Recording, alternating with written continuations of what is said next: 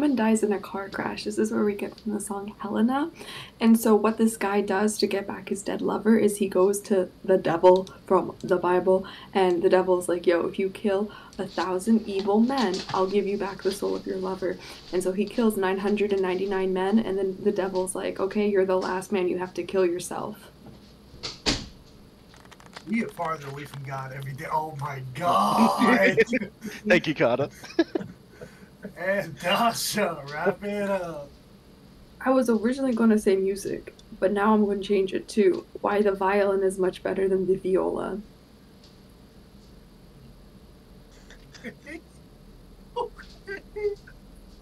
Alright, gang, any last questions, comments, concerns before we get started? What's Gary's TED Talk about? Gary would talk about muffins! I'm gonna kill you. Wait, was that Gary's voice? Yes. Yes, it was. I missed a great one shot. I missed a great one shot. You missed a one shot. I missed a great And so, at the beginning of the one shot, there was like this random time where like, what was him? The guy who was like helping us travel along the way, was like baking muffins, and then he like, we were like in his house, and he like goes to another room, and Gary just like fucking eats all of the muffins he had just made, and that was just like randomly at the beginning, and then by the end, like, we're face to face with this dragon, and he's like, oh yes, I brought you this gift, and he's like, oh fuck, I thought I had the muffins, and I was like, oh no. Anyways, yeah, Gary ate the muffins, and so we had to figure out what to give the dragon. But It's good to know that when you play D&D, you're a chaos goblin. yes, Literally. so yeah, that was my first time playing D&D. So That's correct. That's correct. yeah, That's a great D&D for first time. Andrew's last time. Alright, y'all, we're going to jump right into it at Switch Session 18! Juice, are you good on the recording? Yeah, I think we're good. Cool. Guys, did you know if you Google succubus, the results are kind of horny? Really? I never would have guessed. You mean if you search the name of the sex demon, it gets kind of horny? Who would have thought, right? Yeah! Alright.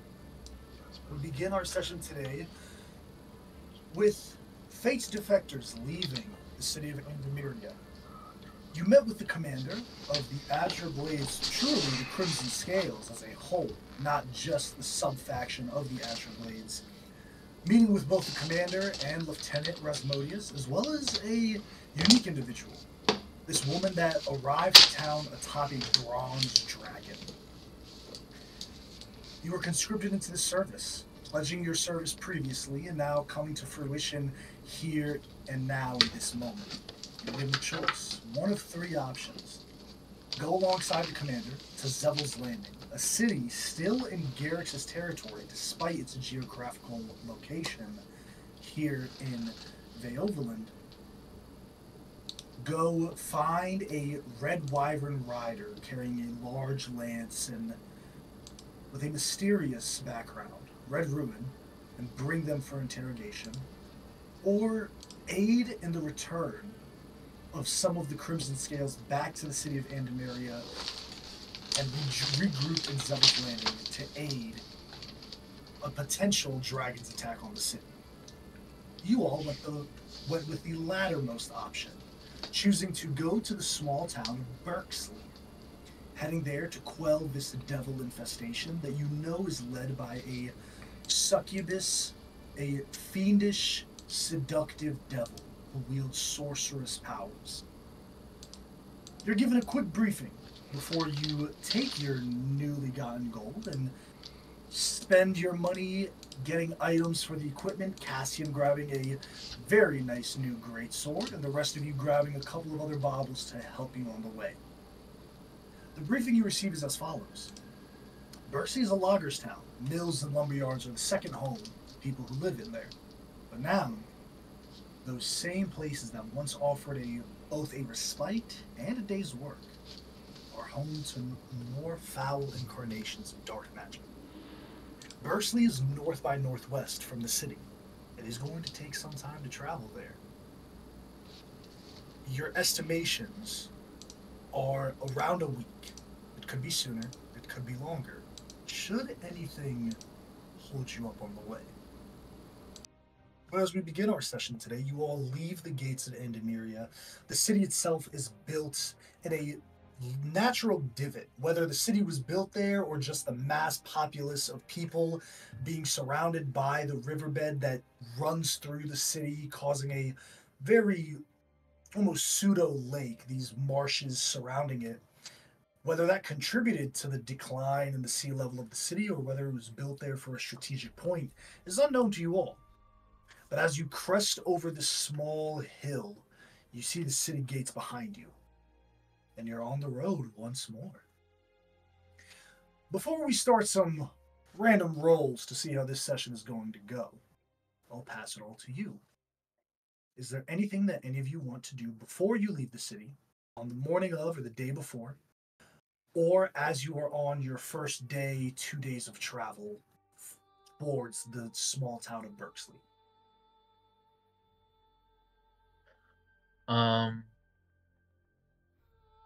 Can I get a material component real quick? You can just DM me. We'll kind of resolve that. Okay. That'll be easy. Any like last minute shopping, just DM me in your DM chats, and we'll kind of resolve that through there to just kind of keep this all streamlined. But anything else from anyone?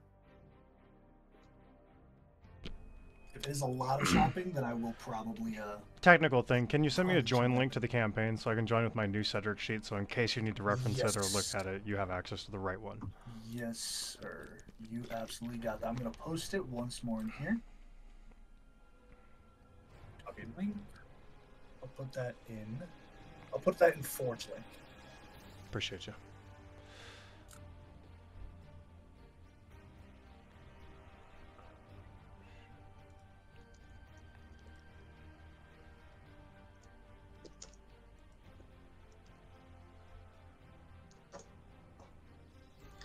Cool. Nice. That's it for me. Right. Well, if there's nothing from anyone, I'm going to kind of move forward. I first need a D4 to be rolled by anyone. Ooh, who's rolling first? Me. Let's do it. Yeah. 2. Ew. Okay, let's How many go down.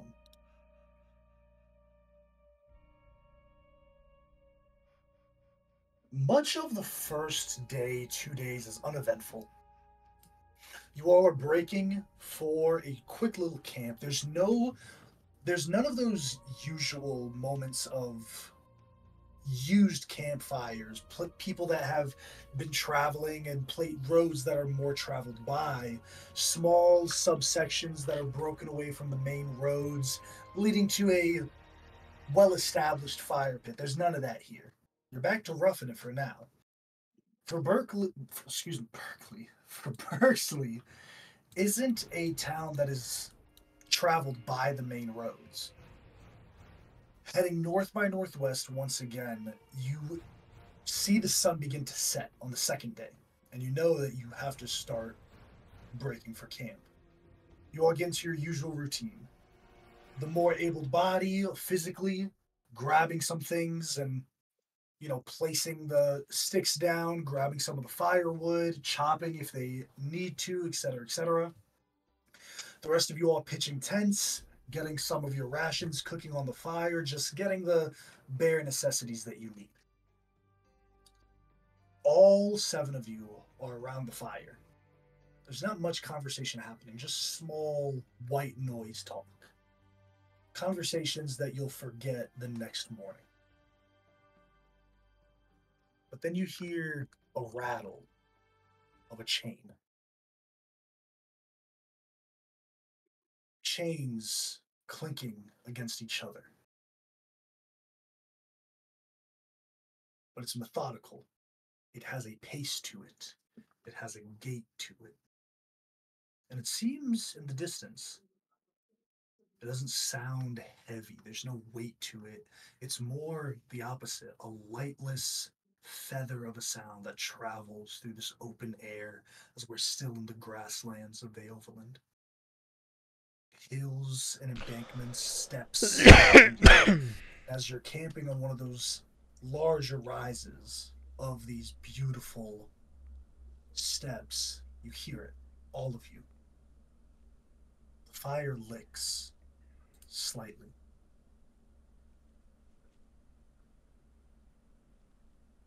Does anyone want to do anything before I ask for perception checks?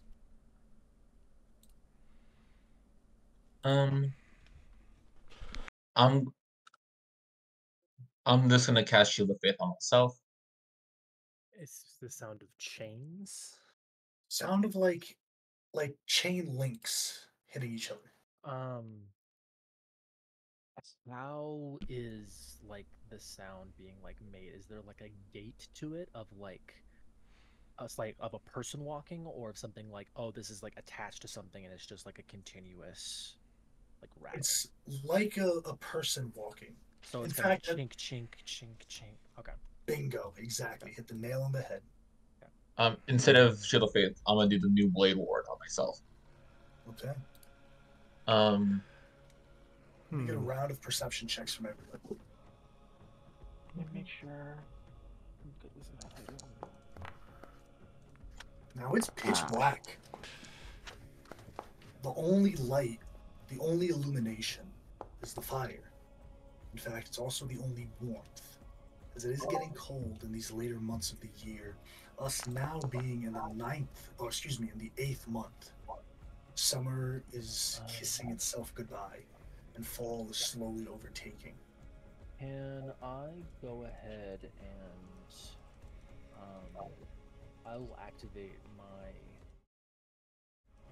my 1 hour of dark vision. Wonderful. That is my next question. The only person who got it is Marjorie. Now, What does Marjorie, my magical sights give me? Yeah, piercing gaze. I have 60 feet. I can see through magical and non-magical darkness. oh, it specifically says magical darkness? Magical and non-magical darkness. Oh, good. And Marjorie, you also have Devil sight? You also have Devil Sight Invocation, do you not? I do, but I couldn't find how to use it.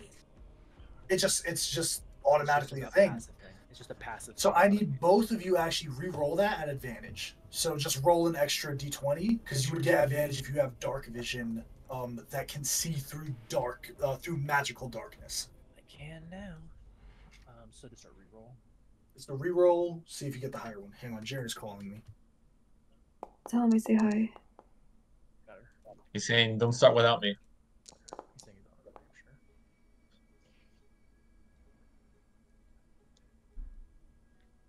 sure. I got an 18 is the best one. 17.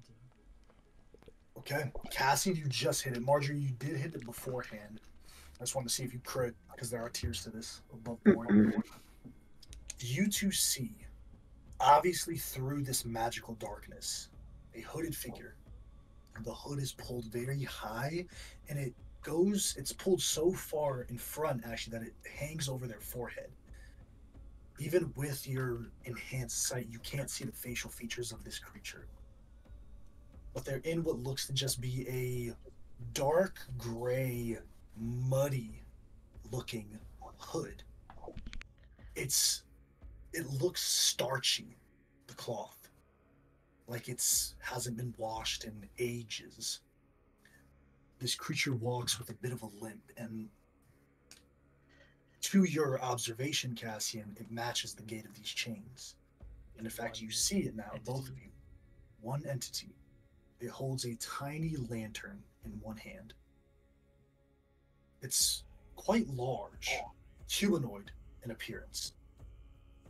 It holds a lantern in one hand and a chain that you see wrapped around its waist. And for a moment, Marjorie and Cassian, the bodily shape of this creature stuns you. For just a moment, it looks like it has what looks to be a beetle's carapace protruding from its shoulders. Then you realize that that's part of its cloak. It's odd and misshapen. Not as misshapen as a hunchback would have, but it's looks like things are stuffed in there. And this creature approaches slowly towards your campfire. It's the lantern in one hand. The lantern from one hand. The chains around its waist. And this misshapen accoutrement from its shoulders. Until it gets maybe 40 feet back and it waits. And it raises the lantern slightly, almost in a greeting. Is this lantern lit? The lantern has a very dull flame in it. Is it looking around, like, of the perimeter of it? Does it seem like this magical darkness is emanating from it? Yes, Marjorie and Cassian, you both can tell it's emanating from this creature. The lantern itself has one of those glass cases, those glass cylinders that wrap around it to dull the flame. So it is a covered lantern, and there is even a cloth that you don't know if they just put it over the back of their palm, and it's covering it, or if it's part of the lantern. But it even dulls. It's a very, very dull flame. I have a question. It's a flame, though. It is a flame. Is this creature like? This is magical. I know you said it raised its in a greeting, but like, does it seem threatening at all, or is it going to attack us, or? From its body language, I'll give you. You can make your own inference in whatever in the information you have, but it's stopped. It is moving, and it has stopped its movement. The chains just rattle in the wind, but it holds the lantern there, and it almost like raising your hand to see someone on the side of the road. Like it raises the lantern, and then slowly, but its movements are very not methodical, but they're elegant. I'm going to send a message to Cassian.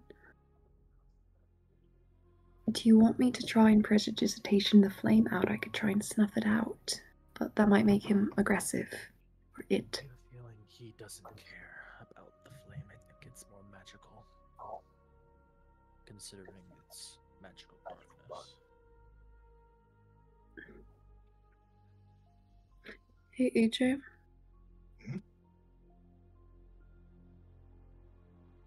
Yeah, fuck it. Give me a damn bucket. I'm going to use prestidigitation with fireplay. You instantaneously light or snuff out a candle, torch, or small campfire. Let me read prestidigitation real quick. I think it has one caveat. It's verbal, somatic, 10 feet away, duration 1 hour. Yep. Let's see. You want to get within 10 feet?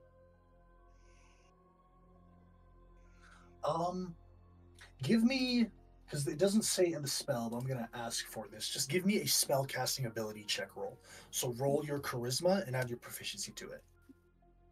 I don't know what my proficiency is. 3. Proficiency's +3. Plus 3, so I have a +6 because my charisma is 17. 3? I didn't update that. Hang on. Yes, sir. Hang on. Level 5, baby. Oh, I opened something I didn't mean to open. Please go away. Good. Take your time.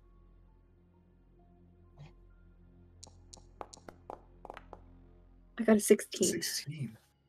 You exert your magic over the flame. The flame snuffs out. You slowly put the lantern down, but they're still waiting. They haven't moved yet. They're still holding the lantern as if it was still lit. The hood, you can tell, cocks down to the side for a second and then looks back at you.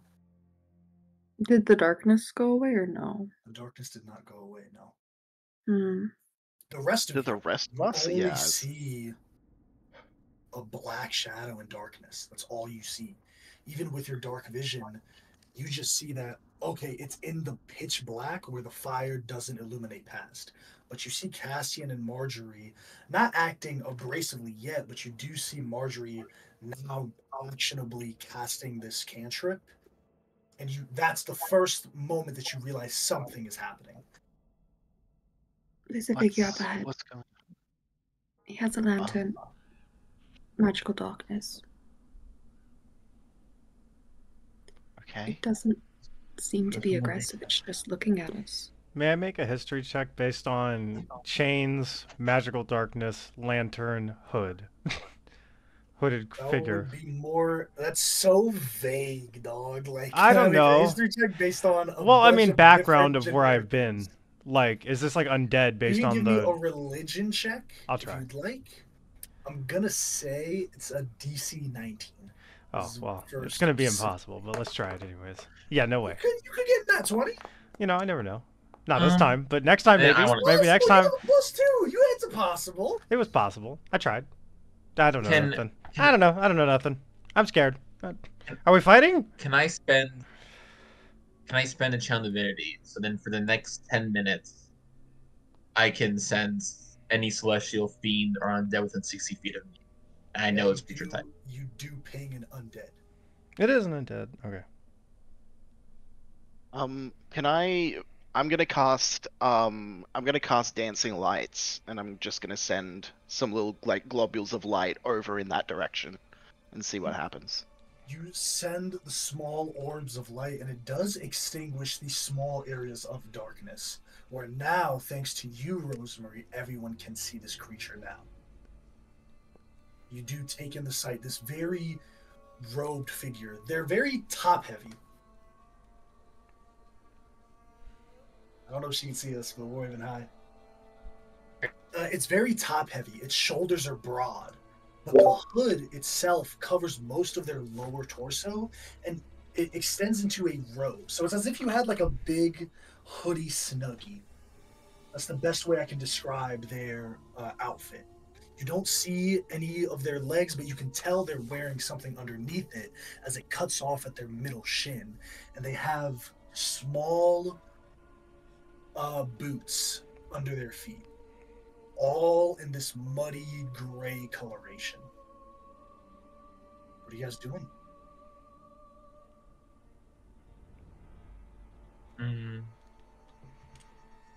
Seems like it's waiting for something.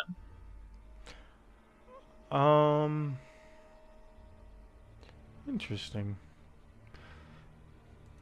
I'm just gonna speak out. What do you want?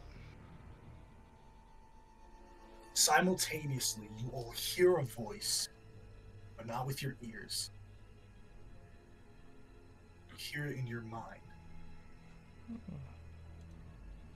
Will you welcome me to your hearth?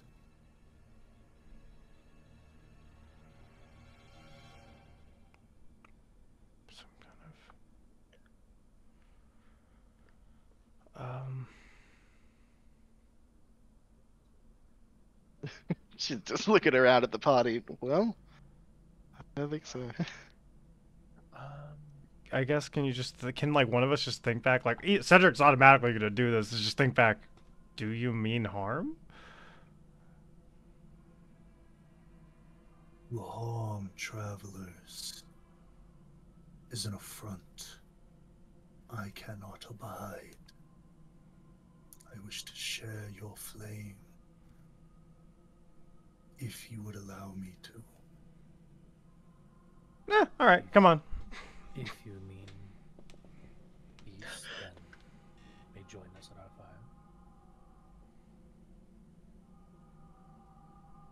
fire. I thank you. And it slowly starts to move again, the chains clinking. Do you have a name? A name.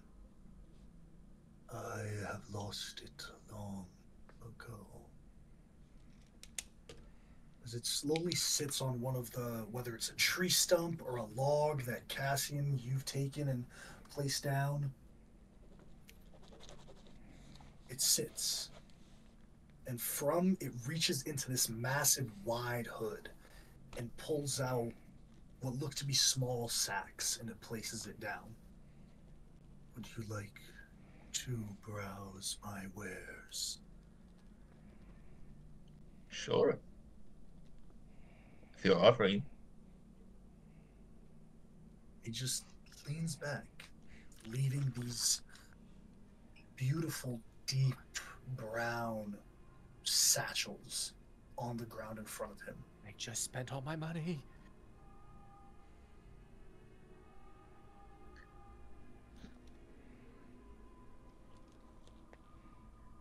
Does the guy open it up, or does he just leave the He stack? doesn't open them. He just leaves the satchels there. May I? What is the shape and size of these? The bags are very small. They look like one of those cross-body bags. Okay. Maybe that you could, like a small handbag, like a small like wallet bag that you would find at a department store, like a luxury cross-body bag. But there's maybe 5 or 6 of them. And he lays them out very unceremoniously, just tosses them on the dirt in front of him.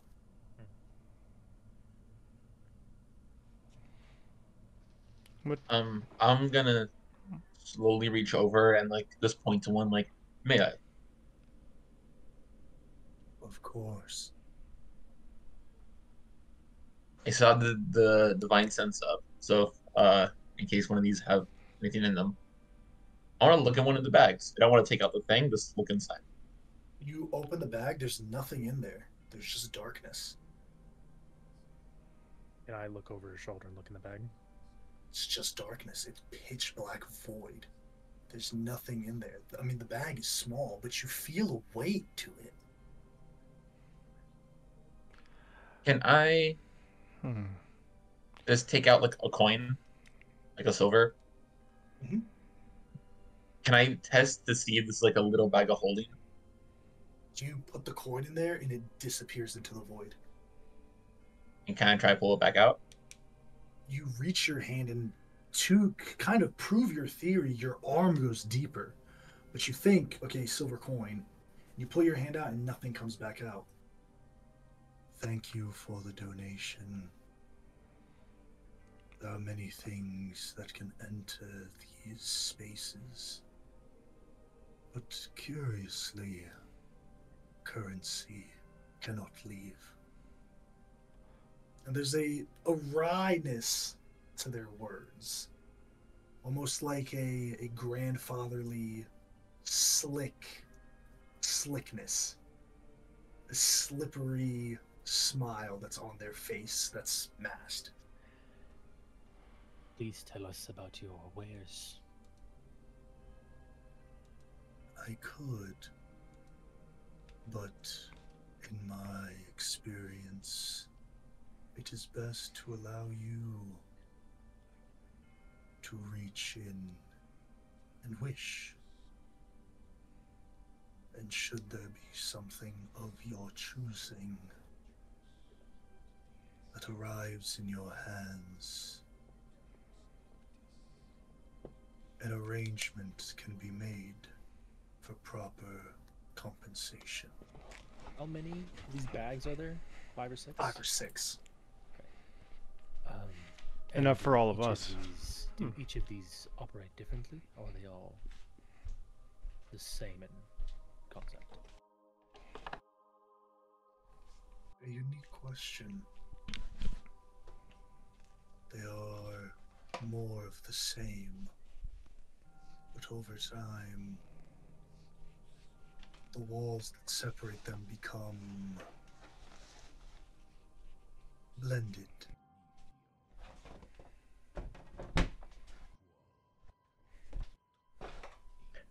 I am forced to carry more of them as my wares extend. You said the arrangement can be made. Do you mean for gold, or do you want something else? Well, I suppose that would be in the details of the arrangement. I'll go up to one of the other bags and open it, look inside. Still, same thing, black void. I'll put my whole hand inside and just like slowly close my hand and just nothing like entering of like this is what I'm looking for, but just like what's most appropriate. What is this thing, this magical thing, seem to think that I would buy or wants to give me, something like of that nature. So a loose intention, but Okay. You reach in and you feel something heavy. You grab what feels like a strap. You can feel your fingers coil over it. But as you attempt to pull, it's heavy. There's a thickness to it. There's a width to it. Okay. Do you continue to pull out? Hold on. I'll kind of pause looking at this figure. Does removing it from the bag require a purchase? No. I am a merchant by trade. Should it not be something of your desire, it can be returned. The only thing that cannot is currency and payment.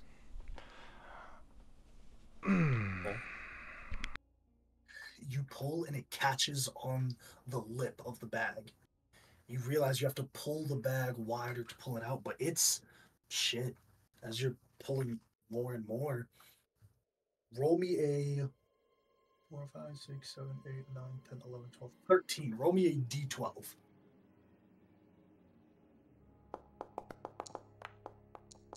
4. 4. Oh, pretty cool. Especially for you. You're pulling out what looks to be a pauldron attached to this leather strap that's attached to another pauldron that's affixed to this torso of plate. The plate is Stygian iron black. It's jet black. It's polished. It's well made. There's not a speckle of dust on it. This is black half-plate armor. But Marjorie, the second Cassian pulls this from the bag, in your vision, you see shadows wisping from it. And the shadows send a chill down your back. It's cold. You're muted. I'm gonna take a step away from that just because of the heebie-jeebies. It's a black half plate or a breastplate? Half plate. AJ, can I do like an Arcana check on it to like learn more? How would you do that with an Arcana check? Talk to me, because I'm not saying no, just talk to me. I don't believe I can wear half plate. It's No, medium it's armor. Never mind. Highest I of just medium. want to be able to like compare it to like the different, for lack of a better term, vibe checks that I've seen before, and I just want to like see what like the, I don't know if like school is the right word of magic, but you know how there's like lightning Gotcha. magic. There's I like, gotcha. Give me a DC 13 Arcana check. I would love to. Okay, let me do that real quick. Is this a specific type of half plate? It's just Yes, it black is half specific plate. type. You don't I know. know. Ooh, natural 18 for 18. Natural 18 for 18.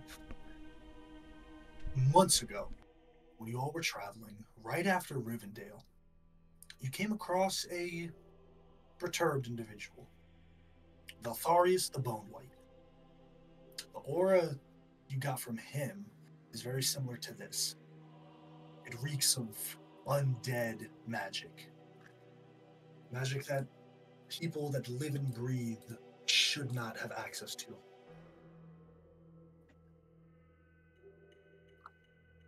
This would increase my armor class by 1, on top of whatever the hell it's magical with.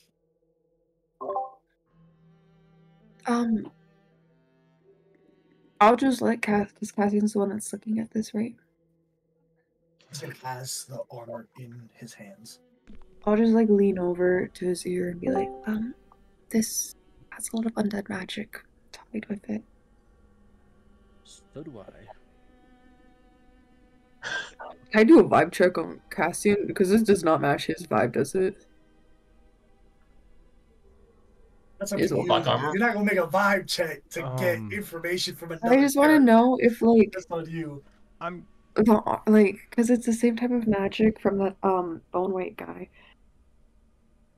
I don't know. Okay, Well, the Bone White was a lich.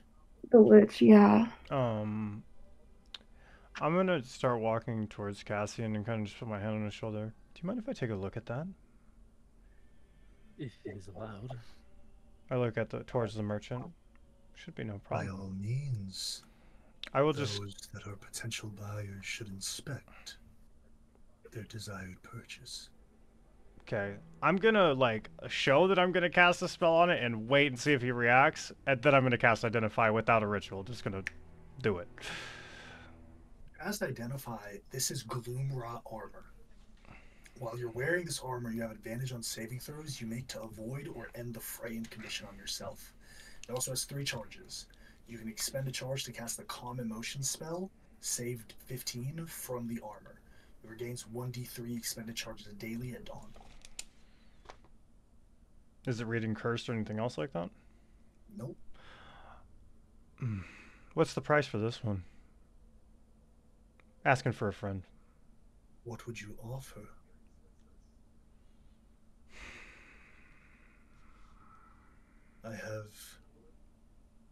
I will tell you how I came to any item in my possession. For this one, it was taken from a body that had no longer use for it. I came across the poor soul. Its time passed, but the armor desired to live on. I have no doubt that a bit of that soul remains in that armor as well. So it gives you advantage on being frightened, and you get 3 charges to cast Calm Emotions. Yep. A day.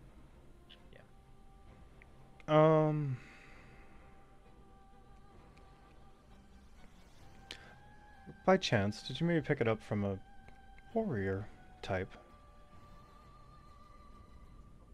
It would seem so. Seems the armor's calling. The body was in remains. I happened upon it. I mean,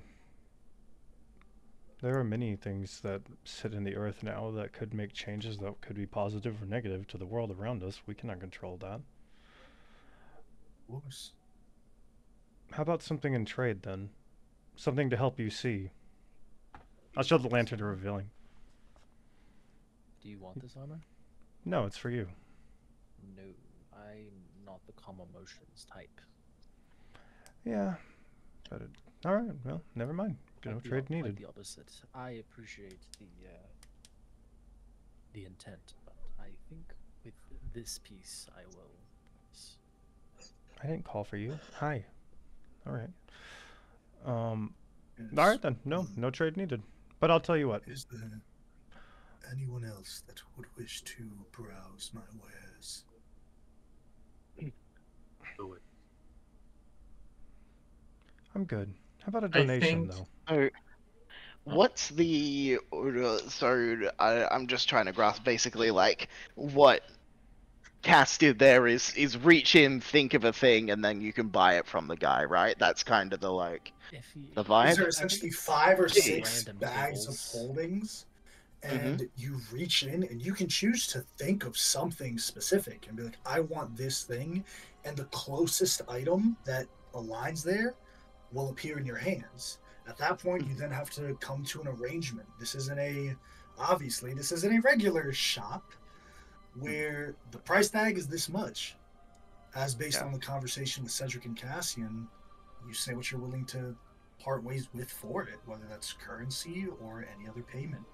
But one thing of note, no matter what the payment or currency is once it goes in those bags, it can never be returned. So anything that's come out here, anything that you can grab was not traded. Anything that you can grab was not given as payment. All of these are items that this individual has procured over their lifetime. Okay. I'll reach into one of the bags. I'll do that. What are you thinking? Or are you doing something random? You grabbing something random, or are you thinking of something? Because Cassian thought of something like, what would resonate to me, and that appeared in his hands. I think she's gonna think about like a necklace or jewelry, kind of that kind of vibe. Okay.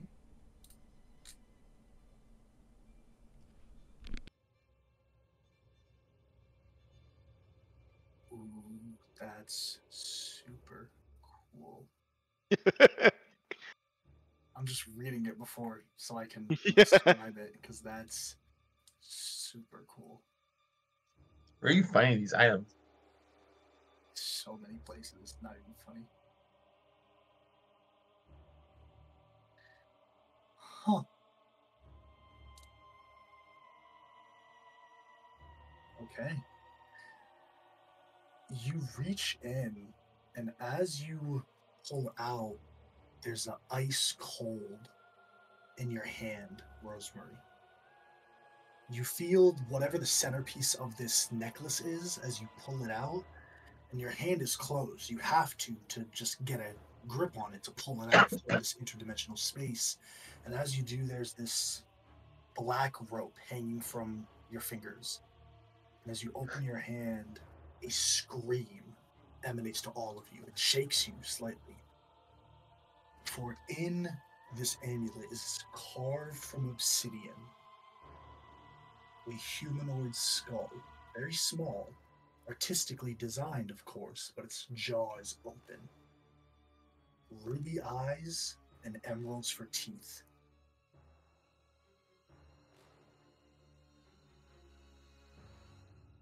Sick. Yeah. Can I? I'll try and identify it. I've got to identify. So This is yeah. the amulet of the Black Skull. The amulet has 6 charges and regains 1 Very rare item. at dawn. While wearing it, you can use an action to expend one of its charges to transport yourself and anything you are wearing within 100 feet of you. The destination you choose doesn't need to be in your line of sight, but it must be familiar to you. In other words, a place you have seen or visited. And it must be on the same plane of existence as you. This effect isn't subject to the magic restrictions, yada yada yada. If you aren't undead, you must make a con save each time you use the amulet to teleport. On a failed save, the Black Skull crackles and you are transformed in transit. You roll a d100, and the transformation takes effect as soon as you arrive at the destination and is determined randomly. This is a Sararex teleportation necklace from Tomb of Annihilation. Ooh. It's a very good. Yeah. And Roll 1 through only 20. The symbol of a Serac is burned into your flesh. only Brennan can use it safely because he's undead. Yeah. I will describe this to Cassian and say, I think maybe you could get more use out of this. Yeah. Crazy how it works. You interested in this? 6 charges, 6 teleports is crazy. While wearing Yeah, use it's an good. action, You do temporary having yourself, mobility wearing is real good for you. To location with 100 feet within of you. The destination you choose doesn't need to be in line of sight, but must be familiar.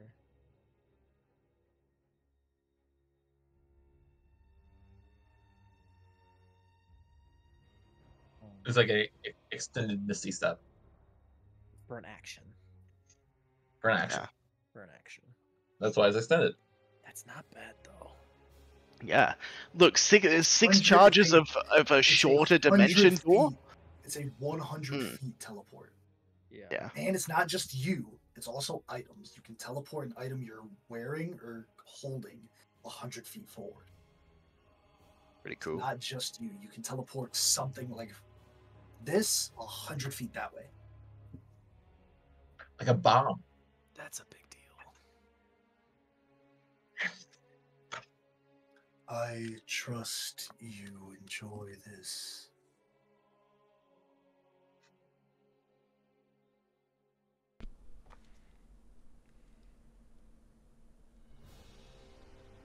Is he talking to me or to Cassian? Everyone, just everyone. Yeah. He sees 2 of you like, hey, look at this cool necklace. Yeah. Did we get a? I mean, do we know some I'm of really the? a fan of the whole aesthetic that you have going. It's great. And what aesthetic would that be? Oh, the whole like skulls and death and darkness and just all that. Interesting. You view death and the dark as somewhat of a novelty, yes? I guess so.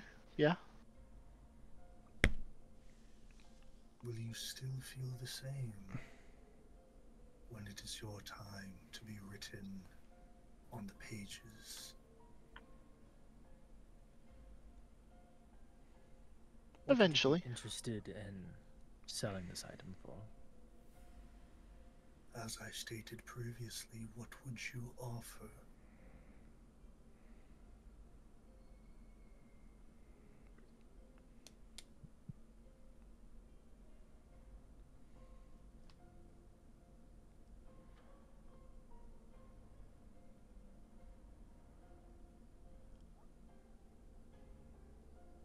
Shall I give you a moment Actually, to ponder?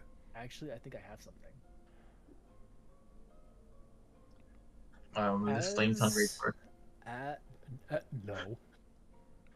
Um, Go ahead.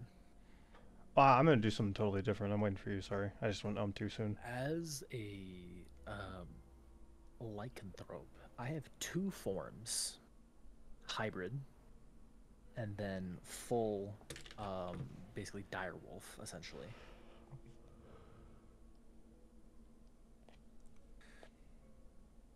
Oh man, I don't even want to say it now.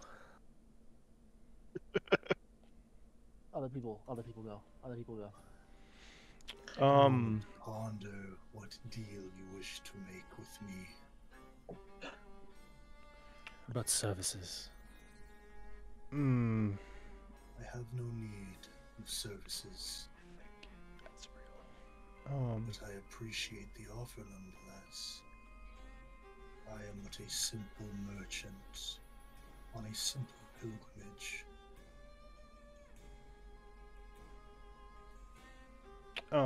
I'd like to walk over to one of the bags and just kind of pick it up and drop like 9 silver coins in it. And just kind of place it back on the ground, like kind of like delicately and ceremoniously. Just paying homage to those who pass.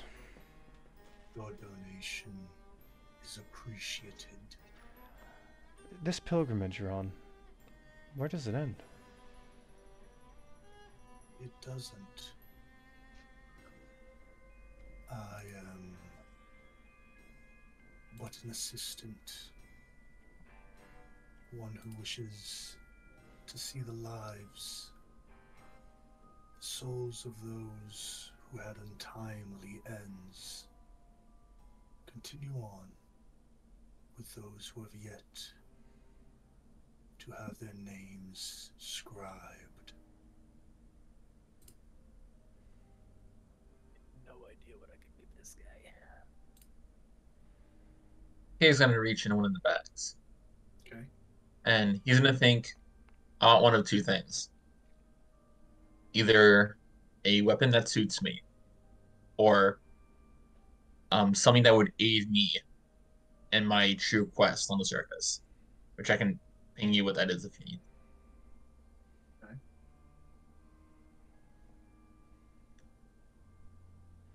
Reaching in, you feel something heavy. Just based on the weight of it, you can tell it's probably heavier than the armor that Cassian pulled out a few minutes ago. As you put your hands both in to pull out, you feel a prick on your palm, something sharp. But you push through, you just get the better grip, and you pull this yet another suit of armor. It's heavy. You can tell that it's being held just by leather straps, but it's an entire suit. You have to pull it like you're pulling a person out of the suit. This is heavy armor. This is plate armor. This is scorpion armor. It can't aid me. All right. You can wear plate armor. You're the only one that can wear heavy armor. The only one that can wear heavy armor. I don't have the strength for it. So I can't wear it. I don't have the strength for it. Got I'll motion to one of the casters. It's You guys either wanna that scoop or me? a spider staff, and I don't think a spider staff is your thing, bro. This is what it is. Just roll on it, bro. Sorry for it. I'll have one of the friend. Does anyone want to help me identify it? I'll just throw the question out. Can you help me figure out what this does? You want to do this one, Rose, or you want me to? I can do it. It'll take me longer, but I can. As you begin to cast this ritual, the merchant, a bone dry cough. I am so terribly sorry to ask, but might I avail myself to one of your water or wine skins? I'll hand him my water skin. Oh, here. He takes it and he puts it under his hood, but before he pulls his head back to drink, may I keep this? Sure. Takes a drink. Thank you. As the tenants finish, Rose, this is scorpion armor. It is fashioned from giant scorpion chin. You gain the following benefits while wearing it. You have a +5 bonus to initiative as long as you aren't incapacitated. You do not have disadvantage on your stealth checks as for wearing this armor. And it doesn't impose disadvantage on saving throws made to resist the effects of extreme heat. Additionally, Rose, you notice something very unique here. Your Identify typically procs cursed effects, but this might be the first time where you procced kind of like an empty slot. There once was a cursed effect. It is no longer there. Interesting.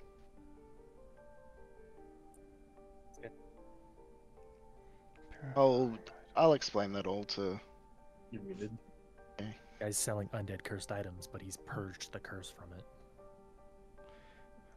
As much as he can. Interesting. Huh. I got a good feeling about you. This is someone's fault for rolling whatever that fucking was on the D4. Alright, Cedric will reach his hand in a bag. And I want to think of my patron, actually, and just see what pops up from that thought. Based on this entity. I'm just trying to see if there's a direct line in response, that's all. Okay, let's see.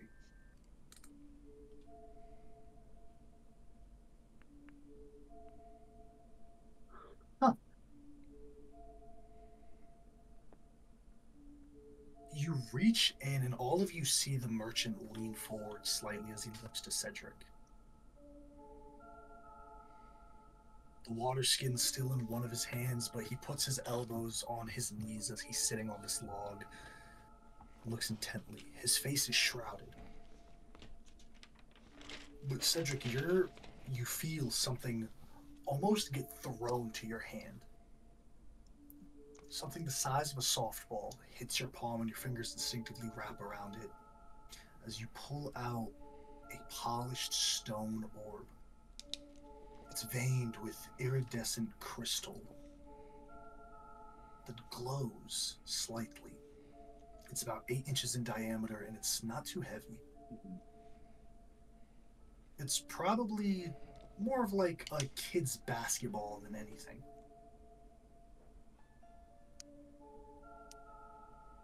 But you feel, Marjorie, you as well, the same shadows that you felt. You feel the same thing when Cedric pulls this orb out, but it is a warmth. It is like a nurturing hug. You feel like you're being tucked in from the energy that comes from this orb. This is an orb of the Reaper.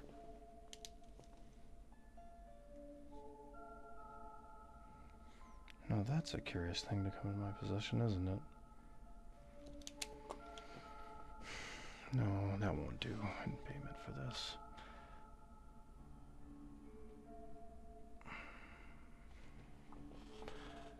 I think,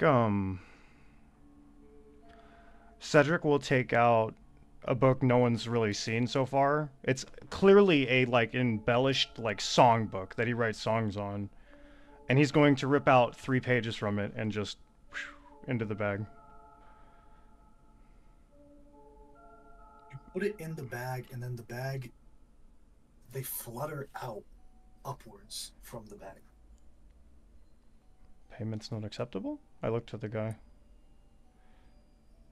Donations, currency. These are muses. I cannot take things that are treasured. It goes against my ethics. I like you. You remind me a lot of her. And he picks up the pages. I guess payment's enough then, huh? Mind if I keep this? Unfortunately, I do. So, I have not much to offer, but I'll give you all the gold in my pocket, since coins can't return. Shall I tell you the story of how I came across that otherworldly item? If it's safe to. It was given to me by a friend who fashioned it from one of the stones of his throne. Gave it to me as one of the first items in my shop. I have held on to it for eons now.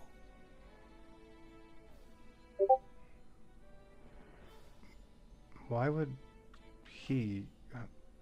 You know Lord Azrael? Be careful using his name, my young friend. I was scared to say it, to be honest with you. I know the weight of it, I have met the Reaper many times, yes. Maybe something like this doesn't really belong to me anyways, or shouldn't come into my hands. It could, should a proper arrangement be met. Okay, what are the terms? What do you have to offer?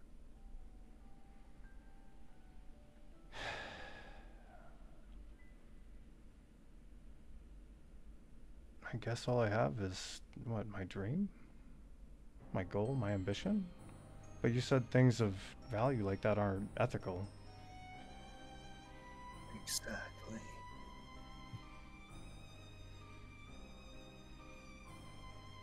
Worry not, young friend.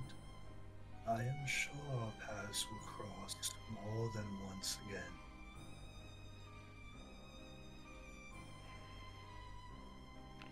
We love to try more than once with the bags, or we'll see the one thing about it. You may, as much as your heart allows you to. He doesn't have to. Yeah, he will try one more time.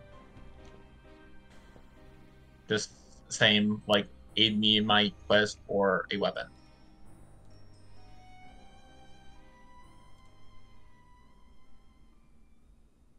Ooh, pretty cool. Roll me a 1, 2, 3, 4, 5, 6, 7, 8, 11. Roll me a d10, please. Okay. That's a 10. 10. It's a great sword. You feel your... It's bad to be, you keep being smart. You feel your fingers wrap around the hilt of something. The balance, you can tell, is beautiful. And as you pull this mace out, it is a perfectly symmetrical mace. It's light to the touch.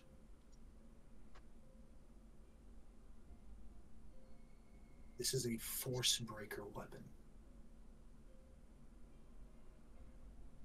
Should anyone identify it, Rose or Cedric, are you going to cast Identify on this item? I will, and I'll do the stone even though I kind of know what it is. Cool. I'm gonna put the stone back afterwards too, because obviously not the right time. I'll go through both of them. Let me pull the orb back up just so I have it. Cool. The Orb of the Reaper. While holding it, you can use it as a spellcasting focus for your spells. You also gain the following benefits.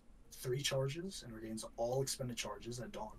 When you cast a spell while holding this orb, you can expend up to 3 charges to ignore the spell's material components, with a gold piece cost up to 500 gold pieces per charge expended. So a maximum of 1,500 gold pieces that you can ignore the material component. Additionally, you gain a +2 bonus to any Constitution saving throw you make to maintain your concentration on a spell. You can see normally in darkness, both magical and non-magical, to a distance of 120 feet. And a kicker, when you are at 2 failed death saving throws, you automatically you succeed your next one, once per long rest. Oh man. All right, what about the other It's a thing? legendary item that you pull. It's Yeah. kind of fucking sick. Yeah, it's kind of crazy. That's why I don't know what to do. Overhand the lantern. The Force Breaker weapon is a +2 bonus weapon.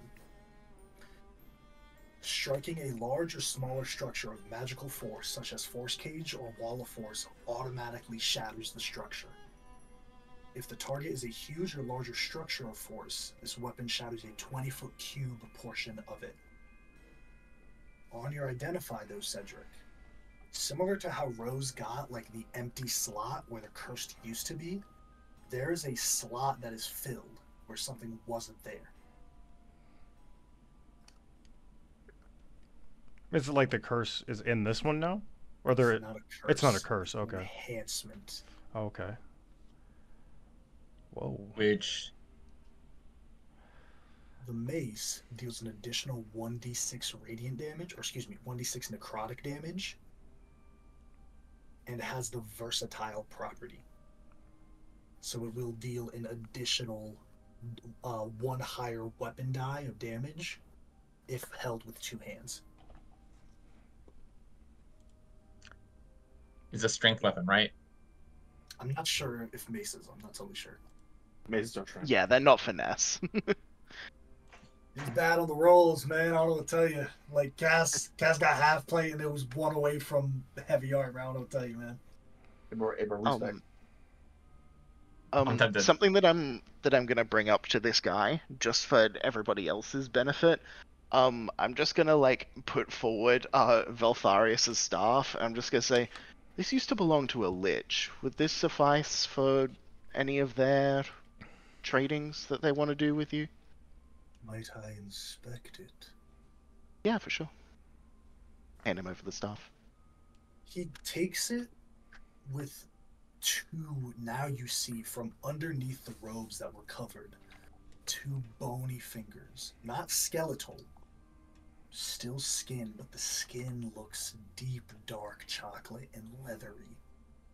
You can see the wrinkles on every knuckle, as if the skin is falling from underneath their fingers. As they take the staff with both their index and thumb, holding it. There's a small snort.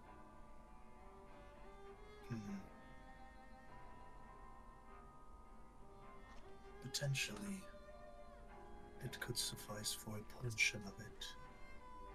But this is not a soul that I would prefer to have in my wares. But I could be persuaded. Huh. Okay. If any of you I give want one something. chance to everyone else. One more chance. Can I get like a 20-second description of what is happening currently? Sure. Brian, shoot. Okay, so there was this, there's this big weird undead dude with a lantern who was walking down the street. we said hello, and he's like, "Would you like to buy my wares?" And so he has a bunch of bags of holding, and basically we can reach into one and pull out we can pull something out of it. Like we think of a thing and we can pull it out. He has like a bunch of different things, and yeah, they're all vaguely undead themed items that we can get from him. And he's not necessarily a like trade for money. He's a like offer me something. Basically, it's one of those kind of deals. The funny thing is, I But have a perfect thing to stuff trade is him. the stuff is not cursed. It's just undead themed, basically. It's funny because I have the perfect thing to trade him. I just can't find an item I want. I'm gonna just kind of walk closer to him and just kind of set the lantern of revealing down in front of him and just say, maybe someday we'll be friends. And I walk back over to the bag and go to put the orb into it. He goes, I appreciate this, but I have no need and he jingles his own lantern. Have one of my own, my young friend. It's just so dull, I just don't know if you'll be able to continue on your pilgrimage all the way to the end with the flame going so low. I will be fine. Yeah. But I thank you for your kindness.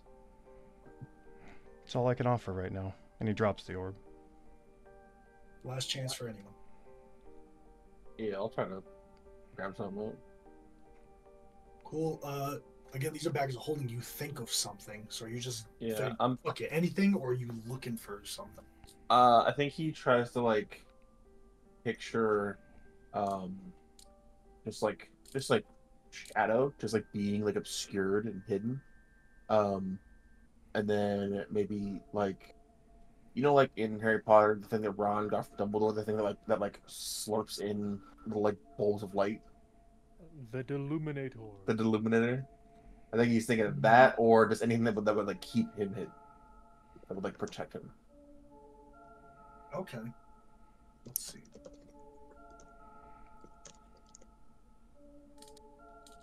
I have like, this is really cool. I'm gatekeeping this thing that I found that lets me put like filters on it. So let's see. Aww.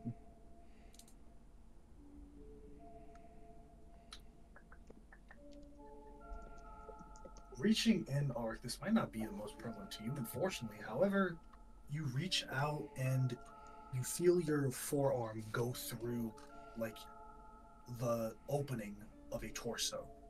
You wrap your arm under and you pull out this beautiful light armor. It is black studded leather armor. It's pressed tightly and it has a red sheen on it. Around the armor, there's little wisps of deep red and black that emanate from it.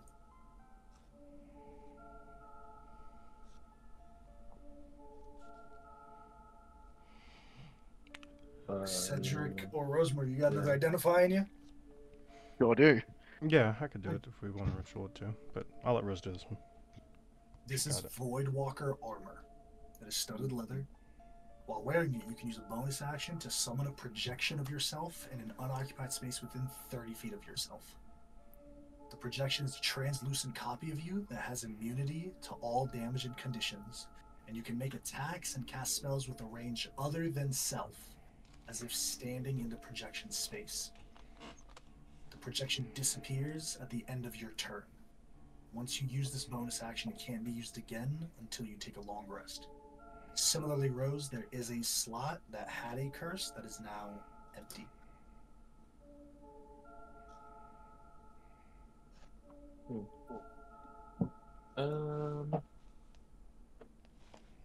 Does anyone want this? You've got spells, right? I think only one person can wear it. Light armor.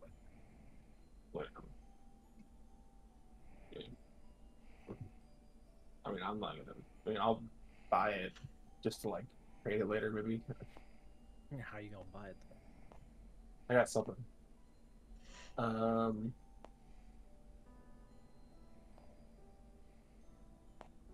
will. Would you take this for it. He just holds out a fucking plastic baggie of drugs that he got from the physio.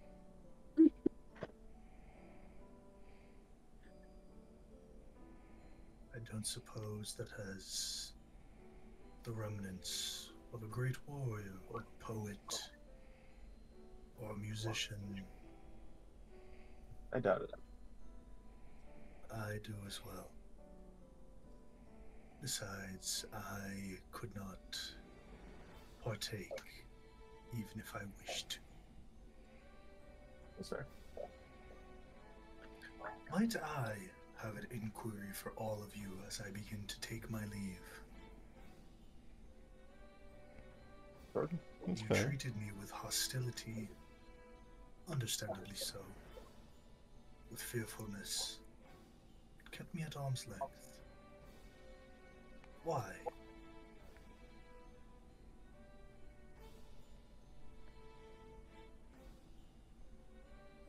Roads are dangerous. You would have. They are. We've had friends who have gotten injured on the road, and we are heading to a very dangerous place. We are on guard. I apologize if this is insulting you. No apology, I am not insulted, just making an observation. Believe me, you are not the first people to behave this way. It is natural behavior. But one thing I will ask you to ponder. Everyone is a stranger till you extend a hand. Travelers in this realm operate off of good faith. I only ask that you, as a humble request, take my words and ruminate with them. AJ, after he says that, I want to grab something out of the bag. The instant fold. The instant fold. What do you think about he's that? a nice guy.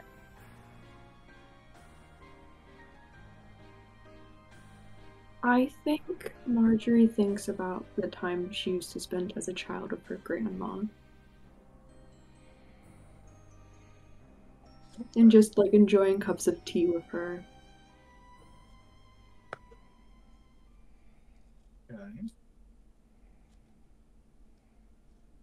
Something nostalgic, I guess, or like warm.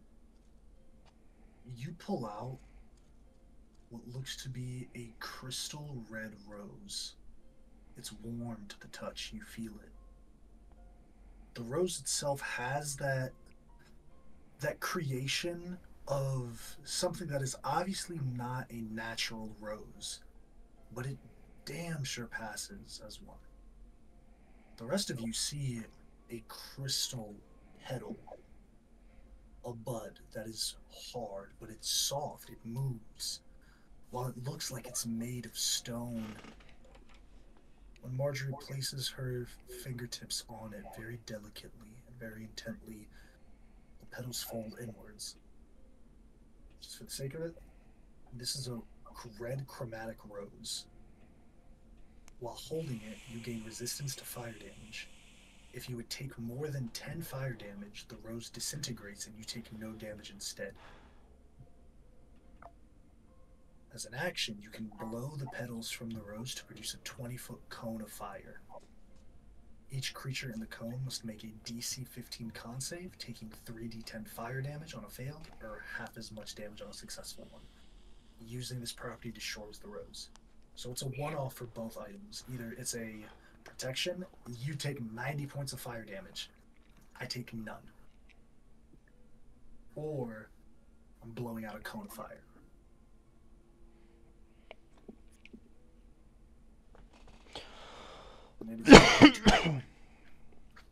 It's crazy. I want to try something. Could I ask for a recommendation? I have something you might be interested in, but I need something that I could use to replace it. I'm listening. I'm gonna show him my rapier that I got from the Fae. Would you like to hear their story? I would. This belonged to a Fae warrior. They got stuck here on the material plane. In an effort to open the gate that remained sealed to them, they bled in their magics to the surrounding area, making it as Fae as they were, allowing more Fae things to wander. It got to the point that whenever mortals approached, they were subjected and harmed. A warrior never able to return home fallen in battle, refusing to compromise.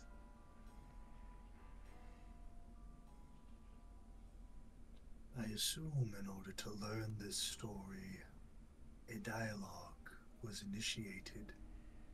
Yes? It was. We tried to find a way of solution. That solution was their falling. Unfortunately, yes. By your hands. It was. Then it does not seem to be as unfortunate as you state it to be, does it? I would have preferred to find a different way to resolve the matter. We offered aid in finding another way home, but they insisted that they needed to go their way. They did not trust us, and they would keep harming those who came by. It's an interesting point of view, to say the least.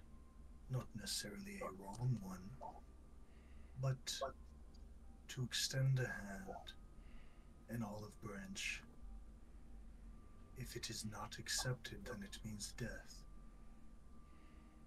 Is that not a misconstruing of events? And you get the sense that he's not, like, judging you, he's really, like, running through it in his head. Like, he's breaking down the, like, moral composition of what his understanding of the encounter is. There was more to it. First, it was the olive branch. Let us help you. Let us find a way to resolve this peacefully. They refused. Then we asked that if there was a way that they could do this without spreading harm. They refused again. We tried to appeal to reason of if it could be restrained, if we could say, keep people from this area. They refused again. Then the friend.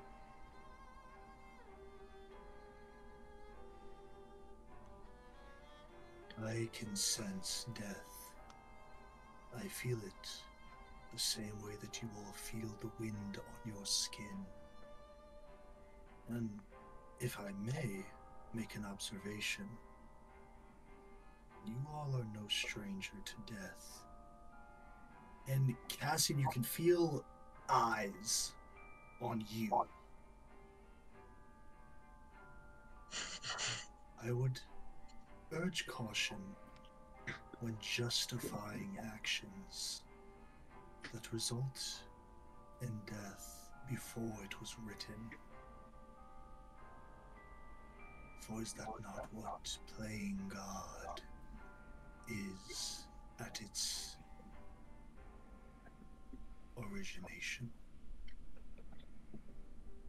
Nonetheless, I am not here to make recommendations.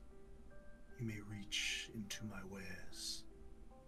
Now that I have heard your story, and the bags have as well, they may hear you clearly.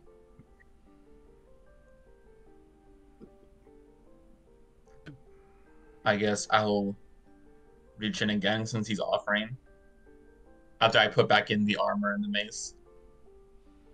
And a weapon that I can use. And Bro, or I'm something. even, like, I'm doing it That's in the filter, I know. baby. That's just what Kay would think, because like he's gone something like, all right, I can't use this. I got something, I can't use. So that's just what's on his mind. And again, think that would help me on my quest. Hmm.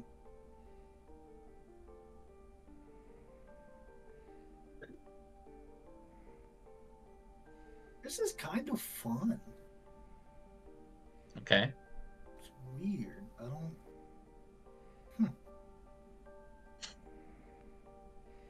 You did get lucky. Both of these could work. Flip me a coin. Okay. That's a D2, right? Yep.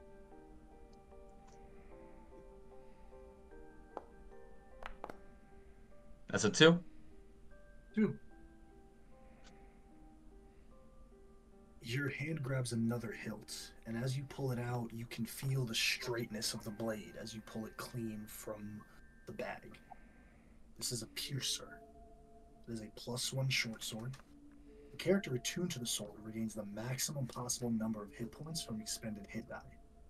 However, the attuned character must eat twice as much food each day to avoid exhaustion.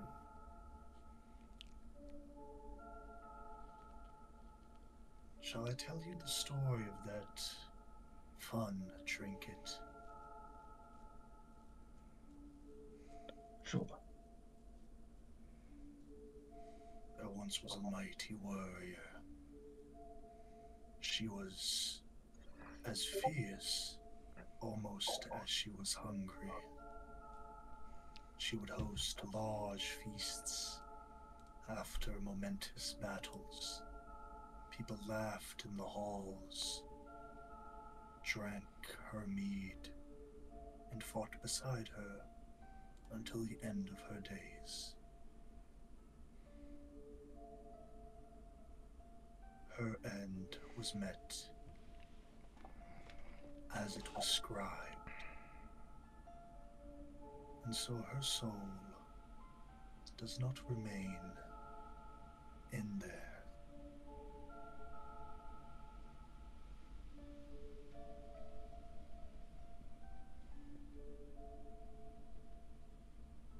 I appreciate your stories. And the words you've spoken have given me a lot to think about. Thank you. I think I will keep what I have for now, but I hope to see you again when I know a bit more about what I want. So it seems our business is concluded, and he kind of addresses everyone as a whole. Please be safe on your travels, and be well. Likewise, and I hope that our paths cross once again. May we know your name? I have lost it long ago. And your title? But many have just referred to me as the Bone Keeper.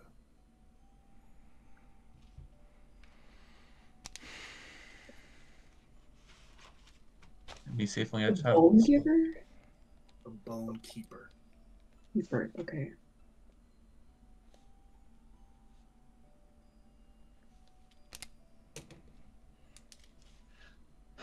Let me safe on your travels.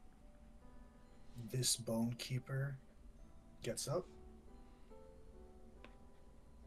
and they slowly begin to leave. I'll help him collect his bags. Like, here you go. Okay. Anything anyone wants to do as he's leaving? I kind of bow respectfully. A little bow back? unusual. Yeah, maybe a little unusual even. Okay. As this Bone Keeper begins to leave, you all get back to your fire. Let me clear this out. Someone else, roll me a d6. I'm doing Can I it. do it? Never Okay, mind, you go. Era's doing it. Oh, okay. That is a 4.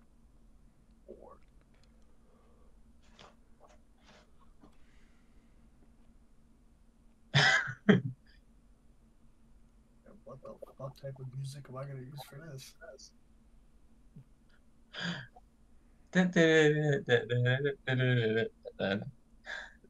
What is that instrument called? There it is. There, I think that's cool. The next day, you guys are walking, and you hear a beautiful melody. A sound of strings plucking.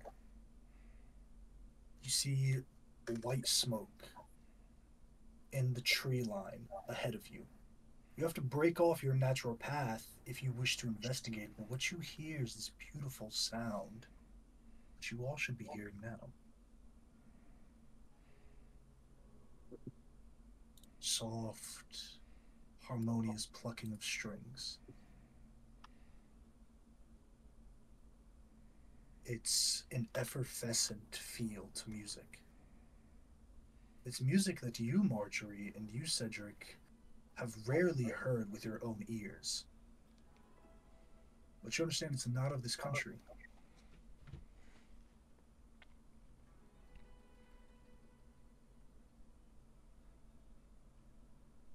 I want to investigate further. I want to try and get closer. I also am interested in this and would like to get closer. The rest of you see Marjorie and Cedric, as you all hear the music, start to veer off. First a little shuffle, like...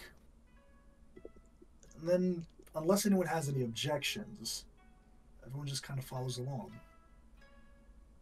You break through the trees and get into this dense thickets. And you see a small campground. There's a bedroll that's under a very modest tent. There's a small to call it a flame and a fire would be untrue. It's just embers flickering on kindling. And there's an individual. The sides of his head are shaved bare. He has hair in the center of his head, and then a small space of baldness where it ends, and then a small top knot at the back of his head. He's dressed in a beautiful white and blue kimono-style robe, and he's sitting in a seiza position on his knees, playing this beautiful instrument. And he hums slightly as he moves while playing it. His back is to you as you all approach. Is there anything you're doing?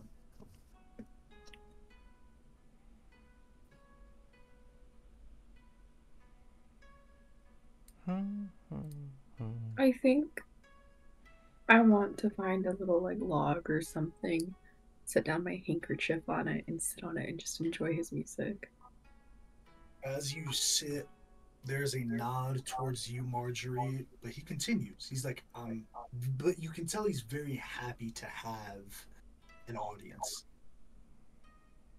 And there's more vigor and spirit in the playing. Yeah, I'll just kind of like, you know, like sit down on the ground and kick my leg out or something and just listen, kind of prop up. And he's humming this song. There's slight words that come out from the hum, but it's really like intentionally keeping it to a hum. But the mumbles that you do hear are in Draconic. Wait, in Draconic? I know that I language. speak Draconic. Yeah, me too. You I love the hear excitement. the word in Draconic for adamantine. Adamantine? It's a small word, adamantine. Marjorie, you're learned. Adamantine is the second strongest ore in Premia, right under Orichalcum. Adamantine mechanically negates critical attacks on you.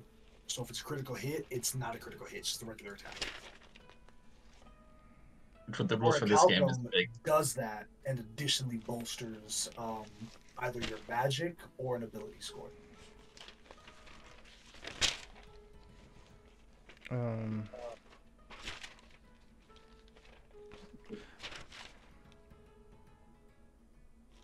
Have you seen those adamantine weapons now?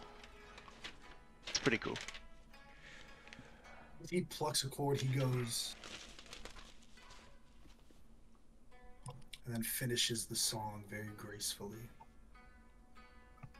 He places the shamisen down, the koto to its side, and slowly stands in one fluid motion standing from a seated position with your knees folded, with your legs folded under you and your weight on your knees and shins in one motion upwards is something that's only learned after years of doing it. But as he stands, he does a very deep bow at the waist. It has been some time since I have had an audience. Thank you for listening to my song, for listening to my story. I would love to. You are learned, it would seem. You speak my mother's tongue. What did he say? Sorry. You speak my mother's tongue. My mother tongue. Like You of his nation. You speak my grandmother's tongue. Yes. Yes. So it would seem.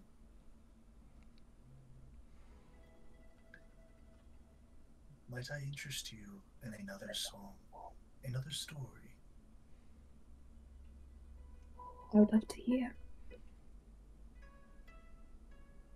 He goes back down to a Seiza position and begins playing the same song, but this time singing out the words in Draconic. Yeah, go ahead. I just want to ask Cedric, how old does this guy look? Whispering. I mean, maybe like mid to late 20s. I have to ask a question for consignment. I've never met Sakamoto as Cedric. I have no idea who that is. I think you met Sakamoto once. I think that everyone was going there and you met him. Are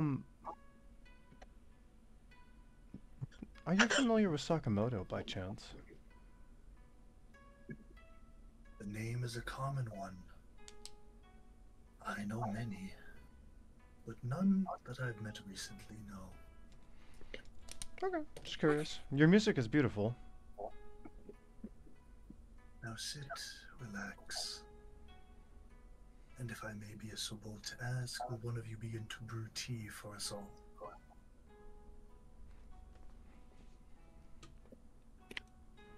Going to cast. Yep, go ahead. I have a cantrip that lets me cast campfires, I think. Never mind, I don't. I lied. Okay. I'll just kind of... I have a... Oh, you got it. Do it. I will put some wood down. Oh no, I can cause the flames to flicker and Brian, but I don't think I can light it. Tea. He's pointing to like his bag. He's like, just brew some of my tea while I play this music. Okay, then yeah, I'll help Cedric if he wants to make tea. Yeah, I'll just do it. It's fine. I got it.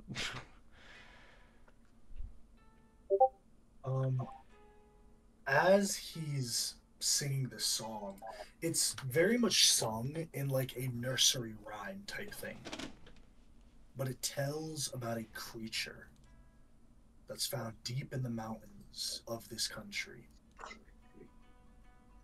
It is the father, the king of beetles. It was uncovered by two children playing in the mountains, the size of a mountain. But while the children disturbed it from its slumber, it was not dangerous to them. They played with it.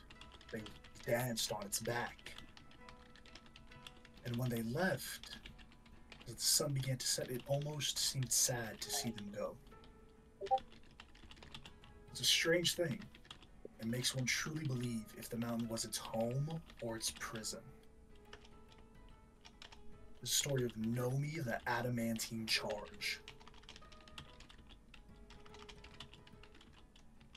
And as his song comes to an end, he plays a chord, now you understanding the lyrics and the tune of it, and he sits back, and he seems content with himself. Not that he played the song well, he played it exactly as last time, but the fact that he was able to tell this story.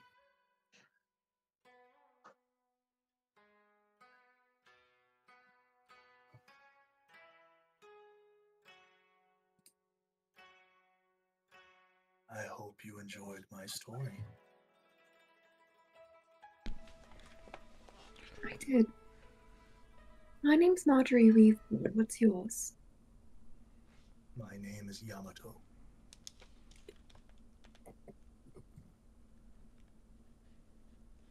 I kind of hand him his tea. My name is Cedric. Thank you for the story. And thank you for brewing me this. He takes a sip.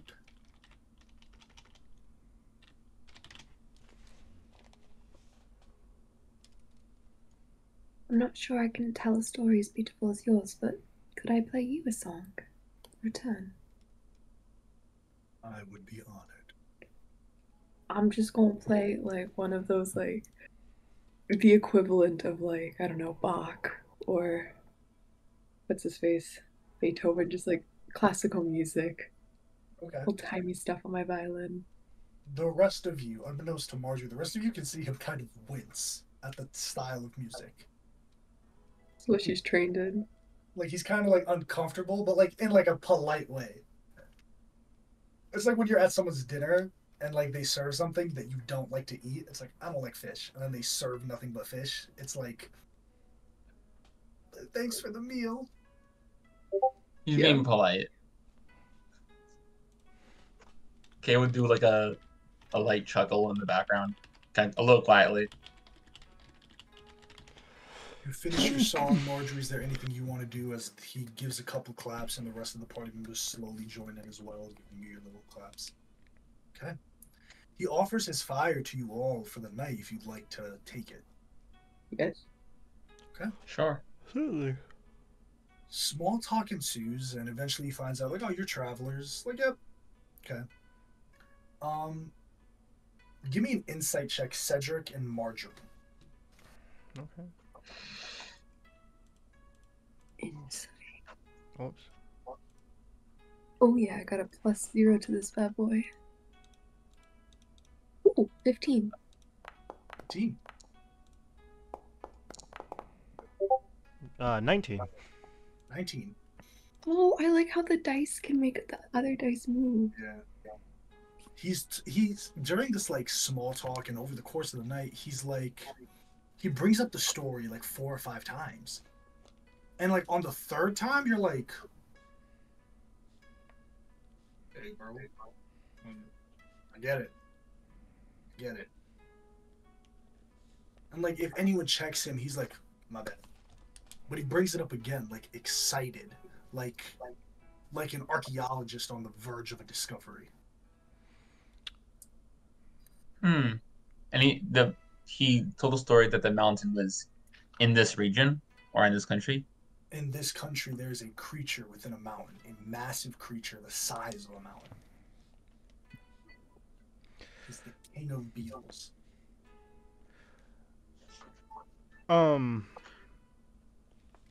I guess noting that, Cedric will kind of like lean in and softly say to him,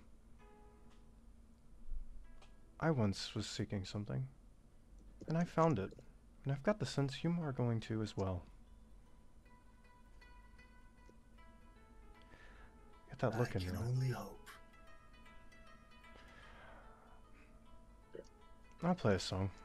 He'll pull out the dulcimer, just to kind of try to imitate the same, like, tones that he would have. And he'll just kind of play, like, a soft serenade that's kind of soulful. Indicative of, like, something you'd hear at, like, a funeral home almost. But, like, maybe a little more upbeat, just slightly. Okay. As you're playing your dulcimer, he instinctively pulls out a long wind flute and begins to play this sorrow tune as well, until the both of you are playing this very melancholic tone of song. Beautiful mixture of string and wind working together. May I join in? That's just like a harmony or a melody or whatever. Yeah, and you join in as well with your violin as you're playing this also melancholy tone. There's not really any words. The rest of you, is there anything you four are doing? I switched out my instrument proficiency for tools, and now I'm kind of regretting it. But side question: the beetle that he's mentioning, the adamantine charge. does his description of it, and I'll probably ask him like, can you describe the creature more? Does it sound familiar to a creature that I know of? Specifically, check. Give me a history check.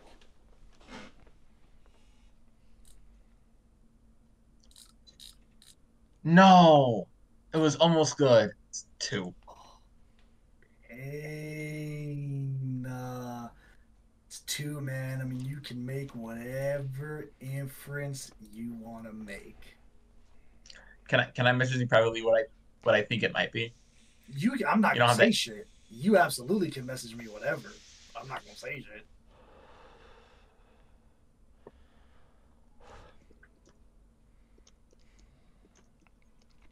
All right. Is there anything anyone wants to do this evening as Yamato spends the night with you all and then he takes his leave the next morning? I think we should do watches, but besides that, I'm good. Cool. All right. I'm going to jump forward once more. The next day, as you all are camping, you've been taking your watches.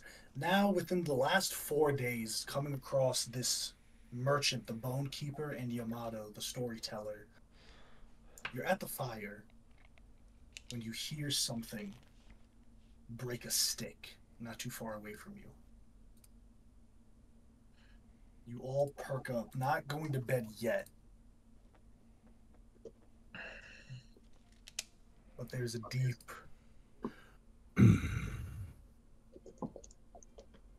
a guttural growl.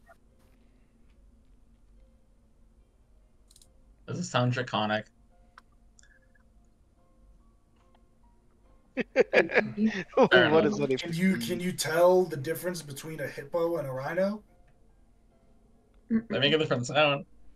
Can you tell the difference between a hippo and a rhino? Do you know the difference? Do you know the difference? Well, I haven't heard them before, so exactly. No. Okay. And there's your answer. I'll wake up to the sound of a growling animal. Don't see anything, any of you. I will do the Lantern of Revealing and just start to, like, go in a circle around the camp to see if anything invisible is around there. Okay. AJ, I would like to remind you that I have vision for 120 feet no matter the darkness. Mm-hmm. And what is the radius on that Lantern of Revealing, Cedric? It's the bright light, so 20 feet. Within 20 feet of that, so. You know. Rose. Oh, 30 feet. 30 foot bright light in a radius, so pretty good, actually. Watch as Rose, sitting by the fire, her shirt is grabbed and yanked.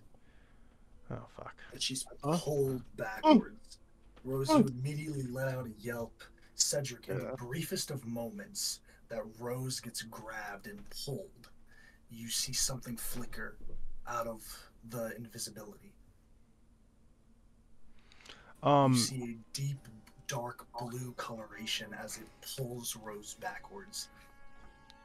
Rose, you're dragged and then you're tossed, not like, woo! You're dragged and then like pushed to the side as you roll on your side a couple of feet. And you feel a weight on your chest. I divine sense. Can I look up what has its weight on me? Nothing. I'm gonna start walking closer to try to get it back in the Do I sunlight. see my sister? Hmm? Do I see my sister? Do I see where she is? Oh, you see her. You see her already. I'm rushing over to her. Do I get anything with my divine sense? No, you do not. Celestial, fiend, or undead, you do not. Ah, more fae. As Cedric, you put the lantern forward, you do see this wolf-like creature pinning Rose down. It has deep blue skin with a golden crown, but the creature itself looks semi-transparent, translucent. And it has the same markings on its skin as a member of your party. It's K. Oh, oops. heard werewolf and I was like, yes. I look over to Kokoatai. Does it look like it's gonna harm Rose, or is it just like I'm taking this for, or like what is the reason for that? Give Like, me either an animal handling or an insight check. I'll just try inside this So time because it I has got my it. markings, but It's similar markings to you. Can I'll take an because 18. like That ain't this, bad. just because like I'm currently being pinned down right as they're doing this, can I just try and misty step away, like back over to the campfire? Yeah. Cedric, you see that as Rose, you begin to go like, huh. So it looks like it's punking Rose. It looks like it's like not harming because it has her pinned down, but claws aren't extended. You don't even know if it does have claws, but it's just pinning her down, growling like Milo tries to punk me. Yeah. The best way I can describe it. Gotcha. Do bulk you. Do punking it. I picked his bitch ass up and slammed him on the bed. Okay, He do was you like, know what this thing is? I love doing that. okay. It just I feel like I know what this is. Does it resemble the creature? Do I know what this is? Let's ask it like that. This is interesting. I'll call out to it in my language. it turns back and growls towards you. Growls towards me. Mm-hmm. Not in not like a pit bull, like bark bark bark bark, but it's just like it's like eyeing you.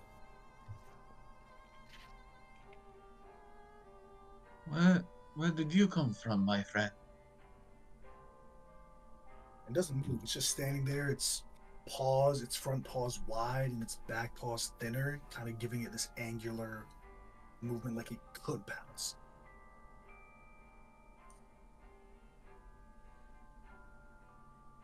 I'll do that thing where I lean down a little bit and hold up my hand, like to show like friendly, not a threat. Slowly It's alright. moves towards you.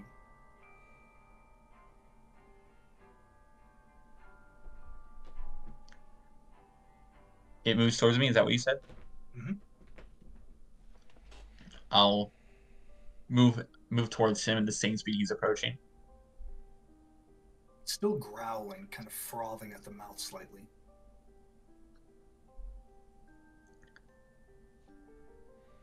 I'll kind of like, without saying words, just kind of like motion to Rose to like get out of there, back out. She misstepped out. Yeah. Yeah, I'm yeah, out. I'm yeah. out. I'm Good. I'm back there. I am gonna. What's happening? Kay, do you know what's happening? Not quite, but I've seen these markings on only one other, but not on the creature like this. It reminds me of home. And I'll hold out my hand in a way of like, here's my scent. It puts its chin on your palm, and you all watch as the semi-translucent creature, or semi-transparent, translucent creature, starts to fade. And as it does, slowly the markings on its body go into your palm and then disappear as the creature is gone as well. The heck was that? Do I feel any different? No? I don't know. Are you okay, Rose, by the way? I'm fine. Okay. I put out the lantern.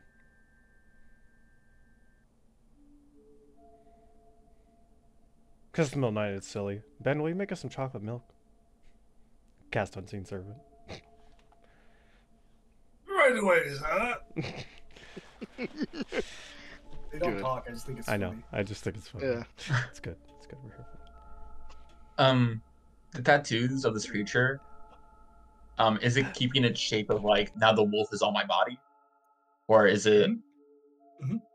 Like melds in with the rest of them.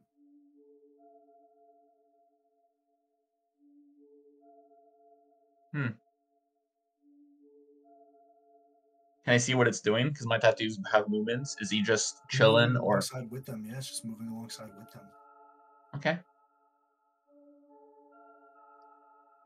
That's very new.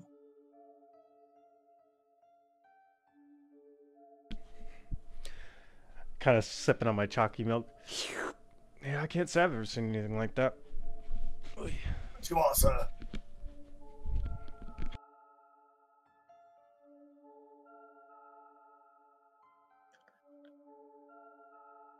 I think Kay's just distracted by that for the rest of the night. Of like what happened. Okay, where I don't want to be rude. I've never seen anyone that looks like you even remotely, and I don't mean that in any type of way.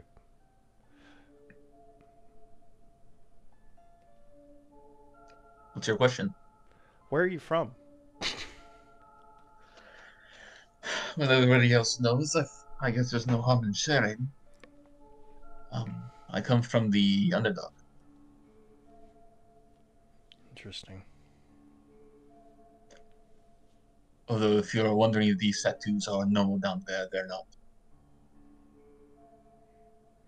I recall being near you when you ran into someone you knew. It was not pleasant. Is that culture, or is that just because those tattoos aren't normal? That was the only other person besides for our new close friend that had these markings as well that I've ever seen. And it was unpleasant because I knew who that was. He is a very unpleasant man.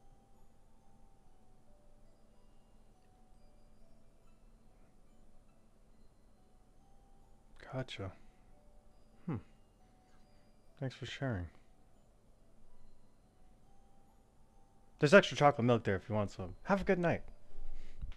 Ooh, chocolate. Anything else this night from anyone as you all get to bed?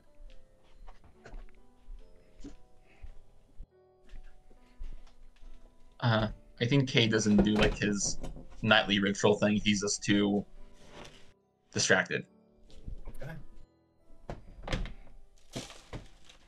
As you all head to bed. Oh, go ahead, Rose. I think that as we go to bed for the night, we have like separate like tents and everything, I assume. You hear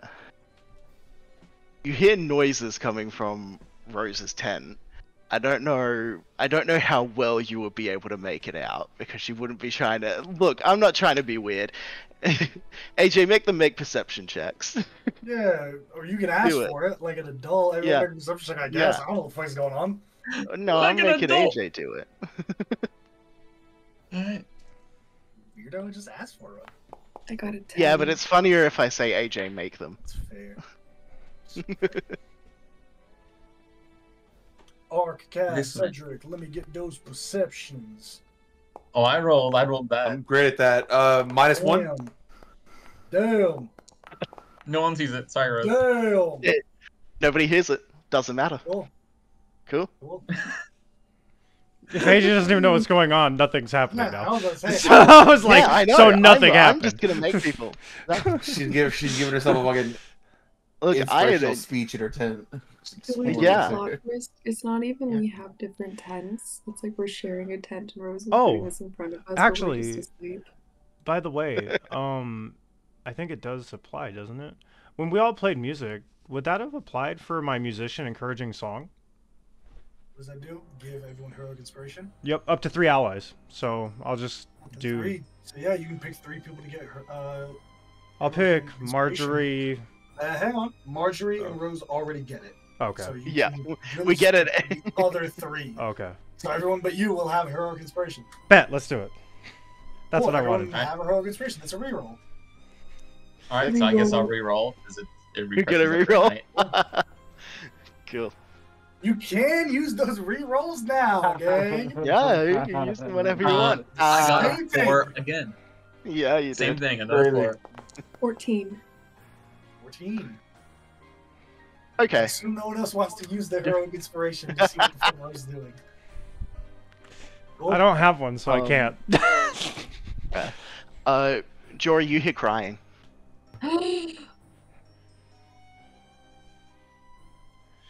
I want to go check on my sister discreetly. Just gonna sneak away from everyone and just do a little tap tap at her tent door, poke my head in, and just be like, Rosie? You just you see that she like has the staff that she was given, just like she's like sitting there with like the staff like across her lap. And she's just like, oh, yeah, Jory. What is it? Just came to give you a hug. I'm gonna go, like, sit down next to her, like, put my arms around her shoulders. Why is he doing I want this? to talk about it. Why is he doing this?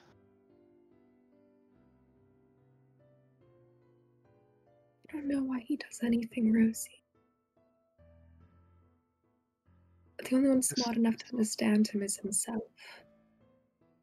No one knows what's going on in his brain. He always does things with a reason. But this is... One minute we're being told that he wants us to be his heirs, and then he all but disowns us. Now he's leaving gifts. Gifts with this spell, of all things, on it? What's he doing? Why is he doing this? The only reason I can think of is to torture us. Why is he doing this? I don't think it's to torture us, to teach us a lesson, maybe, but not to torture. As messed up as his fatherly love is, he does love us. It's not in a normal, healthy type of way. It's not. It's not. I just don't know.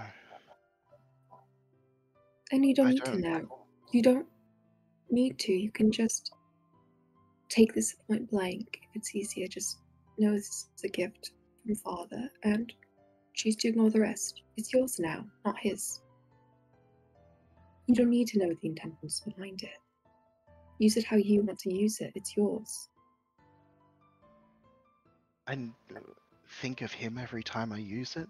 Think of the fact that if I had this spell, then maybe Caius would still be alive. He knows that. He knows what he's doing giving this to me.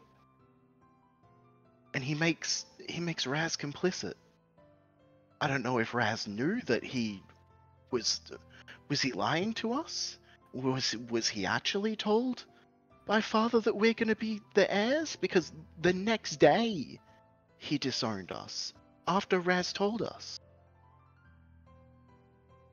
Does he know? Is he complicit? I don't know.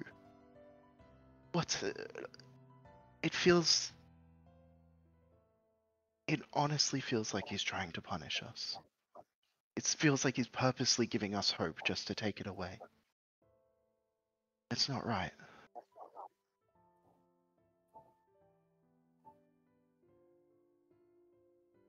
It's not right, you're right.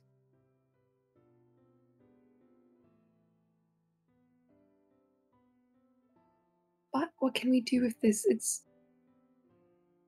I think it's better to take this as a gift and try to just separate it from Father.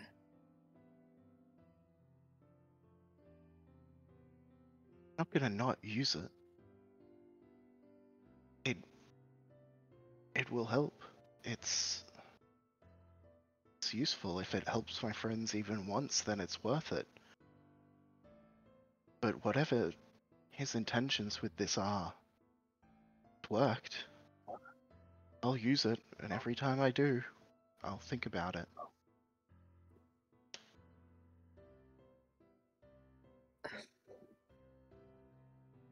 I appreciate think- you comforting me. Sorry. No, Rosie, it's just. I wish there was a way I could help you not think about it. To not remind you. I don't know how. I'm not asking you to. I mean, you came in here. Thank you. I'm not saying thank you. It's fine. Is it I'll okay deal if I with it. spend the night here? Old times. We used to have sleepovers. Yeah, that's okay. Okay. You two sisters spend the night together in Rosemary's tent. Rosemary, that staff is kept at bay for the time being. Tucked away in a corner of your tent for now, wishing that you could unsee it. But you're not thinking of unseeing the staff. As you all head to rest this night, Arceus. Sleep takes you and you're looking at yourself.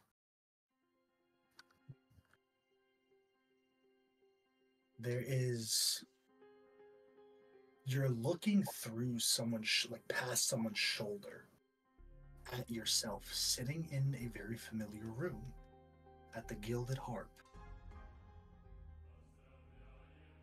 You can tell from the windows, although they're foggy, it's dark outside. And you're sitting there, one leg crossed over the other. And there's a person that you're talking to. But there's a smile on your face that doesn't belong to you.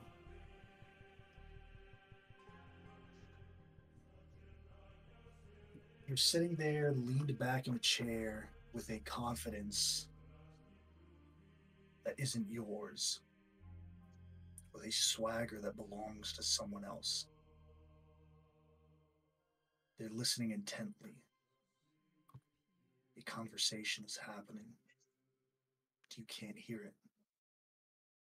You weren't there for the conversation, but your body was there for its words.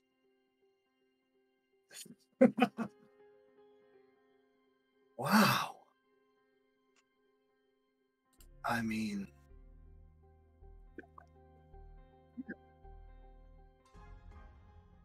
I don't hate it. But you coming to me is a sly move.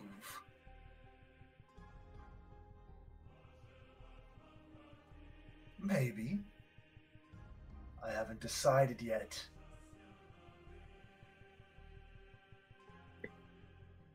But I am eager to test my limits. And I think you can provide the opportunity for that.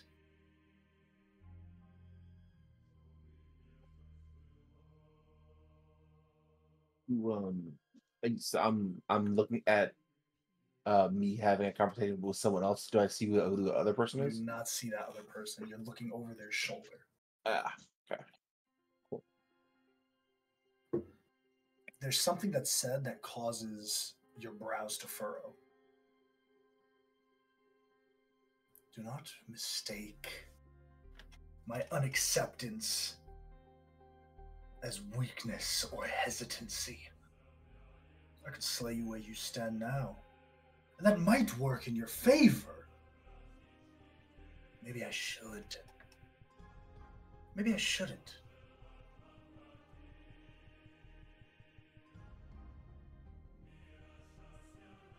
For now, get out of my room. I'll think on what you've offered me. And with a dismissive kind of suck of the teeth, you see your vision get up like you're looking over this person's shoulder still. They turn and they exit the room. And as they do, the last thing you see in this dream is Marjorie coming out of her room, her arms stretching a wide yawn. And then you wake up. That morning, you all stamp out the small remaining embers, and you begin to head forward again towards the town of Berxley. Is there anything anyone wants to do this morning before we get into our last random roll of the night? Cool. Someone roll me the final roll, please. Is it a D6? Sorry, yeah, I'm stupid. I need a D4.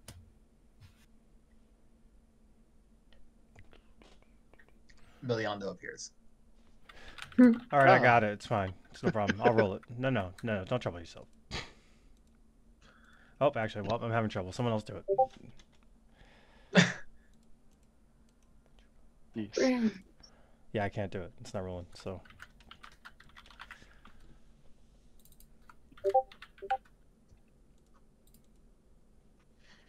Someone roll it. Yeah, like I mean it. Like, please. What are we rolling? I'll do it. A D4. D4. Love a D4. 1. He's already laughing. A fun. Oh,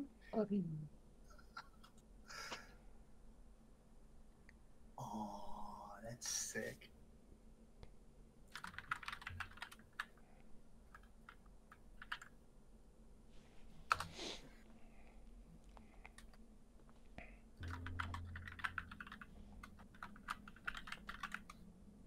You all have been walking for some time now.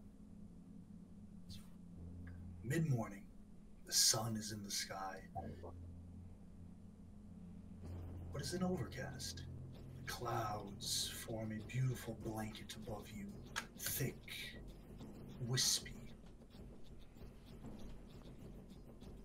It isn't until you feel the air change. It's getting a bit colder now, but it begins to suddenly get hotter. But not in front of you, not behind you, not to your sides. Above you. There's this mighty roar.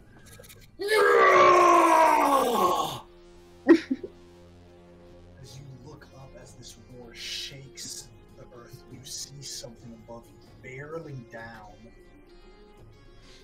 very fast. You see extended black wings and something holding on to them. Something massive, humanoid. Grabbing one of the wings, you hear the crack, even though you can't make it out quite perfectly. There's a crack in one of the wings as this roar echoes, as this creature is on the back of this dragon, almost the size of it, wrestling it downwards to the earth. What are you guys doing as they're barreling, not towards you, maybe quite a ways away, but you can see the trajectory.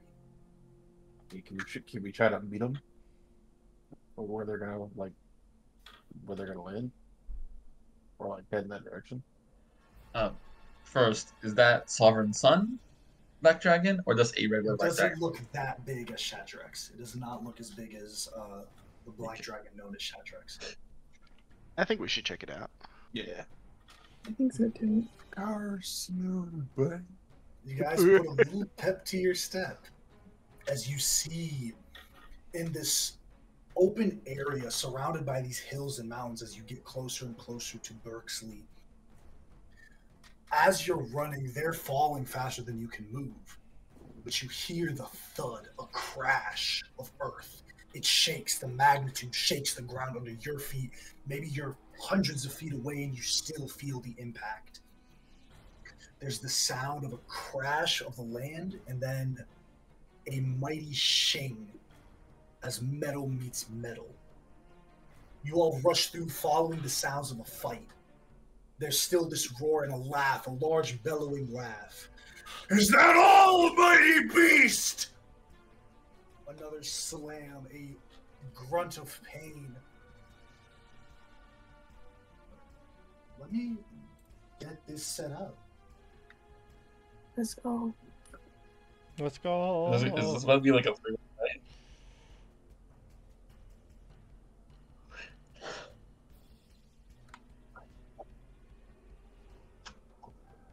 Are we witnessing a giant versus dragon fight?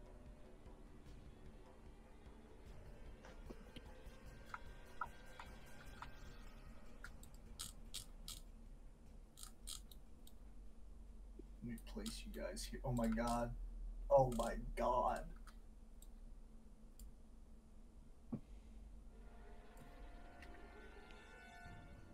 Mark. Okay. Marjorie. Rose.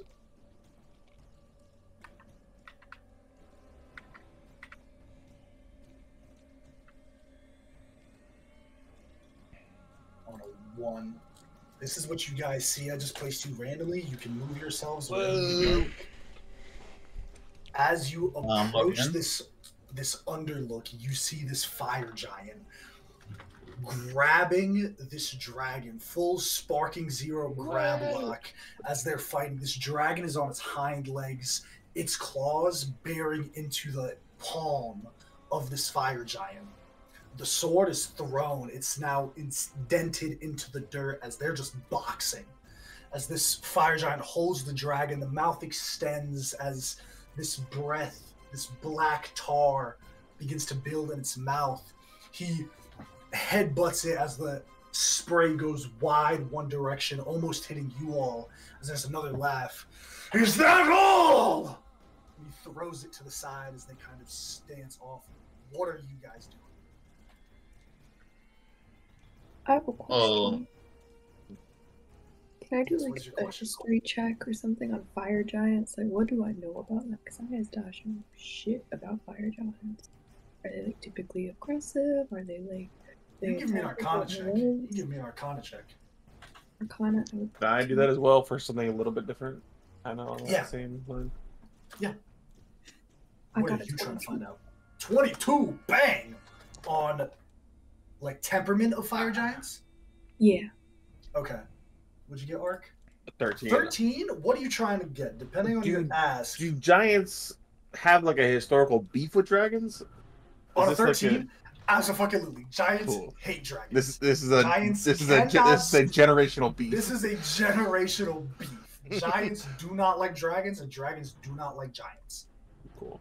In Premia, they were one of the first fully magical creatures that had dominion over the world. After the gods left, giants and dragons both were the two that wrestled for control of the world, with dragons for a time winning out. Marjorie, temperament of fire giants, and specifically, they're warriors. They box. They are warriors. They want to fight.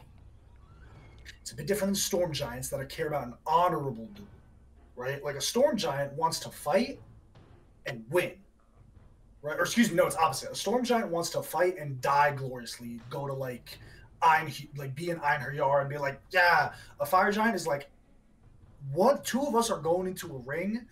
You're gonna have to stop me because I will never hear a bell. If that bell rings, I'm still going until you're done. A storm giant would be like, yeah. A storm giant is like, all right, you got it. Like, honorable fight, well played. A fire giant is like Mike Tyson in his prime, biting ears. What are you guys doing? Bam. I do have one question. Yeah. Are like fire giants and giants in general, do they typically, like, if you're passing on the road, do they attack you? Are they like aggressive? Fire giants, probably not. On that 20 plus, stone giants for sure. Stone giants are like, this is my land, stay the fuck away from my fortress. Storm giants, they're so far removed from society and where they make their homes. If you step up there, it's like a mama bear. Your ass gonna get killed if you go into a bear's den. And then death giants, they're here in the name. But a fire giant is probably one of the better temperaments as far as like, hey, let's go grab a beer. If any giant is gonna be like, sure, it's gonna be a fire giant. Thank you. They're just chads. They're just Giga chads. Would they be upset if someone upset if someone interfered in their fight? On a 23, it's a toss-up, Marjorie. Like it's a toss-up to know, right? Because like, I'll give you this, Marjorie. A storm giant running the ones, you don't touch that. You let them fight their honorable duel. You don't touch that.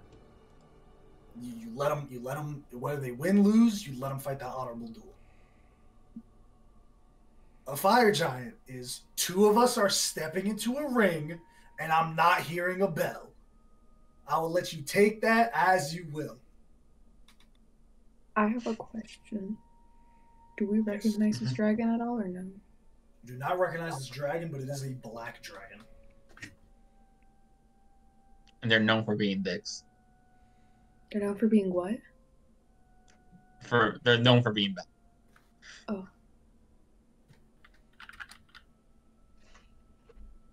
I think I just want to watch. I don't think I want to intervene. Does the giant appear to be winning currently? It's right now. It's a stalemate. Okay. Right now they're boxing. I think we watch, and if the dragon starts to win, we step in. I think if the giant's gonna win, I think we just watch. I think we can. Why don't we just ask? Why don't we just yell out and go like, "You want help?" No, because who do we help? The giant, obviously. The giant. Dragon. Do we? The leader of dragons just said, "Fuck you guys."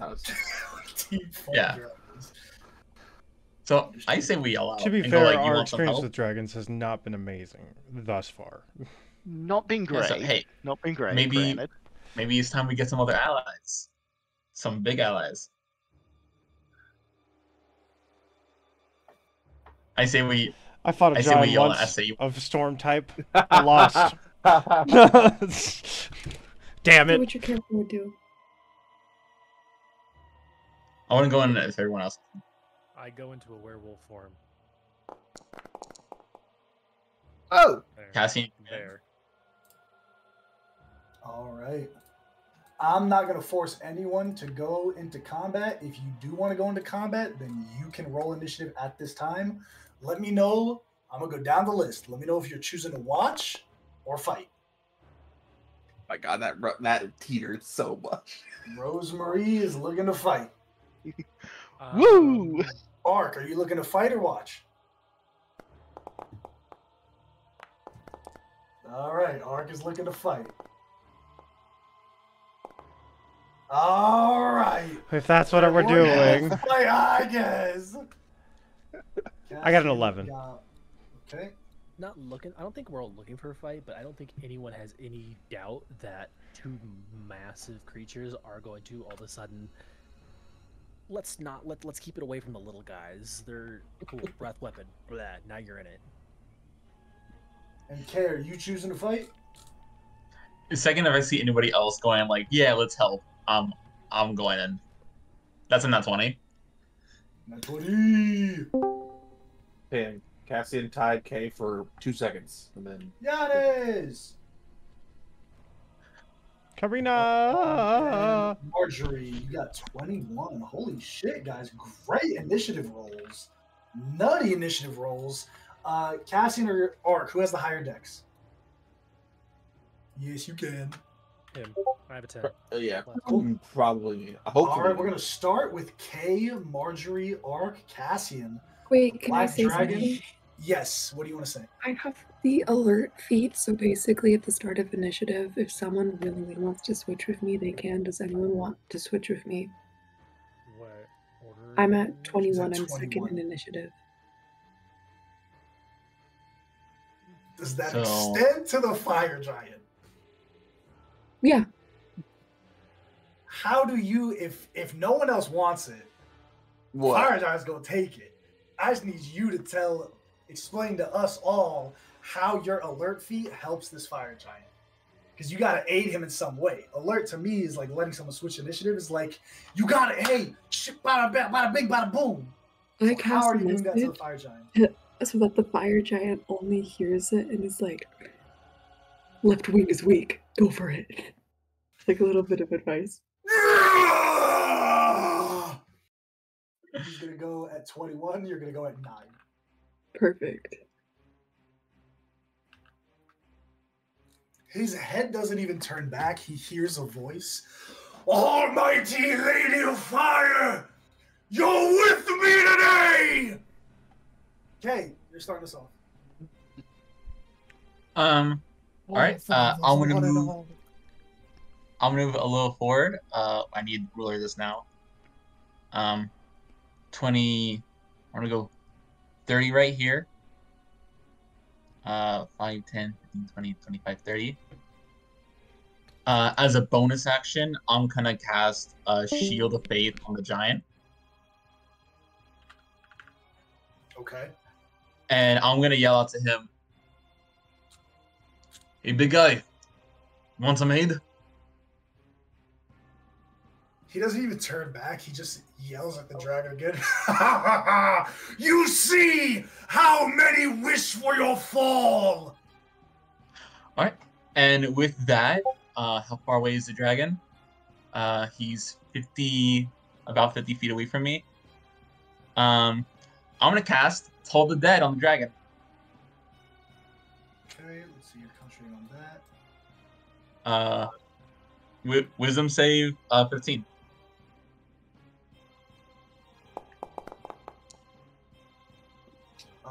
15. Mm-hmm. Fails. He's gonna take 2d12. 2d12 is if he's already damaged, right? Mechanically, they're not full hit points. Oh, okay. Mechanically, I assumed he was hurt because of the wing. All right, then I'll just start it off with It's a good assumption, but just mechanically. Yeah. 12 necrotic. 12 necrotic. All right, okay, you cast this spell as it hits the dragon that's still grappling with this giant. Anything else, Kay? I know, as like some tattoos appear on the dragon's head for a second and just flicker as like almost as if they're doing vibrations towards where his ears would be. That's it. I move, bonus action. As those tattoos appear, he goes, "Ha ha! A target!" He cocks his fist back. The claws of the dragon are embedded in his palm. He rips his palm back and just goes for an attack.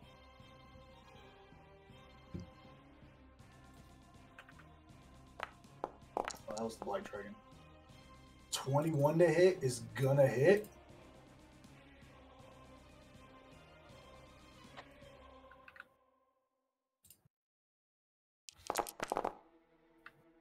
For 23 points.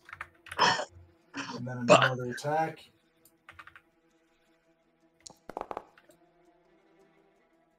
For awesome.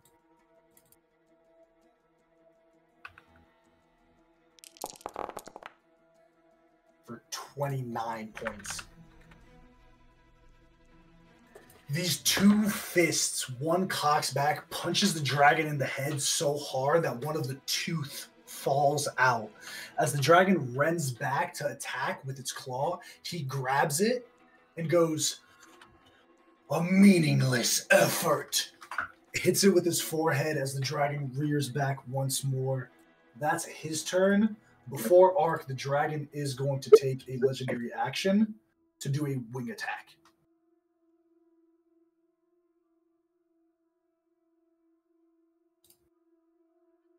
He's a 19 on this. He has +3. Doesn't get it. No. The dragon is going to do 2d6 plus 2.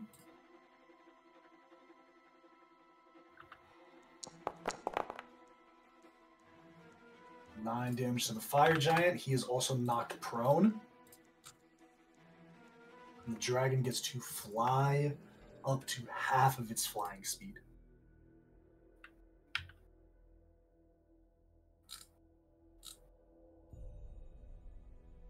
Oh no. Foolish behavior. The wings extend out, hit the fire giant as he hits the ground and tumbles. He starts getting himself up, tries to reach and grab the dragon as it flies past him and lands in front of UK, looking at you like, how dare you? The disdain in its eyes. That brings us to Arc. It's your turn. Weird. I'm gonna move. Oh, oops. Shit. I'm gonna move 30 feet. Yeah, 30 feet. Then I'm gonna dash. Actually, no. I will not. I will not. I will not. I will not. I will not. I will not. Because that's a bad idea. I'll move. Well, I will place a seal on him as a bonus action. Okay. Then I will take the dodge action. You dashed. No, I didn't. Oh, you didn't dash. I did not dash. Cool. Was it? Alrighty. Cassian, it is your turn. Is Giannis considered here, or Nope.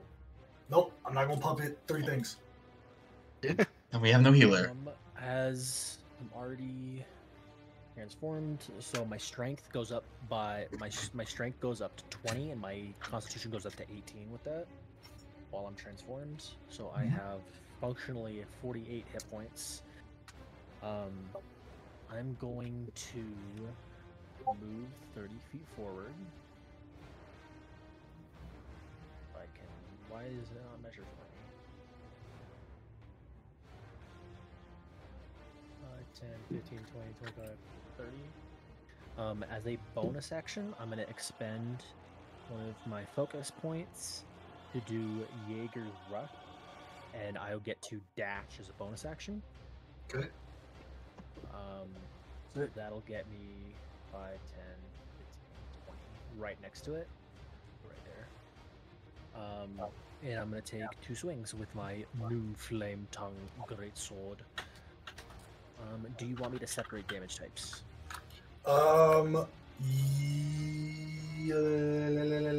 No. This is a plus. It would be +7, but my strength went up while I transformed, so it's a +8 to hit.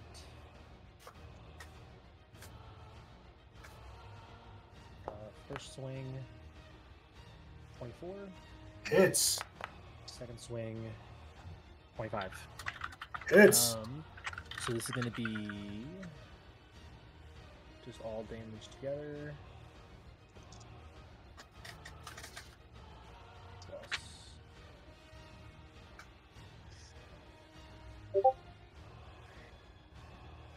It's going to be 8d6 plus 16.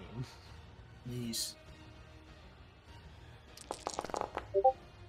Pretty good. 46 points of damage total. 46. Over 2 attacks. Oh! Yeah. I don't... That's it. You rush forward with flames. Did you use the bonus action to activate the flame tongue? If I did not, but to transform is an action, so if I could have at the same time used a bonus action to activate cool. it, that'd be guys. Cool, But cool, cool, I will cool, keep cool. that in mind. I will keep that in mind. Cool. As you hit, the fire giant looks, by the first flame, a wielder of fire, I will stand with you! As he gets up slowly.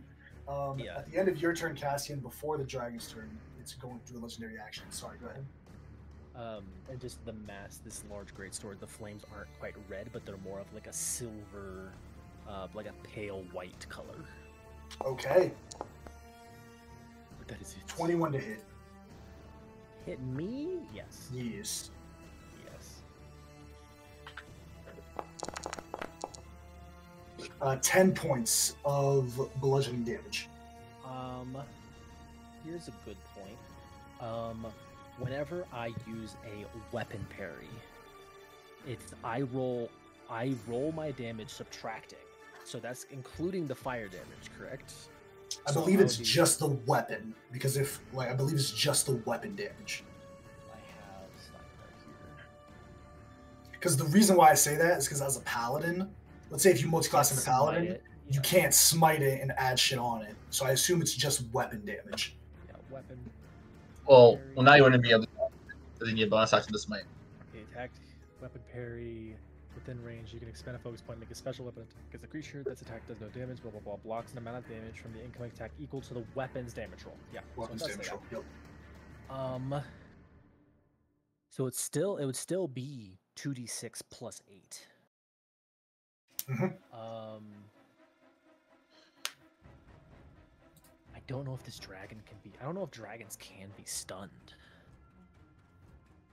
There's only one way to find out. I'll just take it. 10. I am hybrid form. So if this is non-magical bludgeoning damage, I'll only take 5. For dragons, their attacks are magical. They're considered magical. Yeah. Okay. In that case, let's weapon parry it. Cool. So I need to roll. Why not? 17. To hit its AC? I have to hit its armor class. Does not hit, unfortunately. Okay, but I do get momentum still. Wait, I believe I still get momentum. I think you do. I'm pretty sure you do. Benefit. Yeah. Yeah. Cool. All right. So Let's still got see. momentum out of it. Cool. Yeah. It's going to move down here, still within range, but definitely wants to reach. It is going to make 2 attacks: a bite against you, Cassian, a claw against you, and then a tail against Kay. Cool.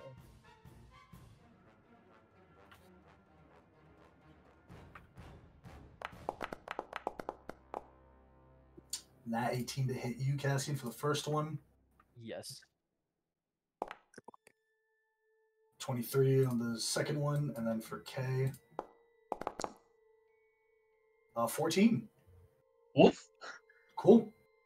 So all of this is magical. That sucks. He is a Dargon. Dargon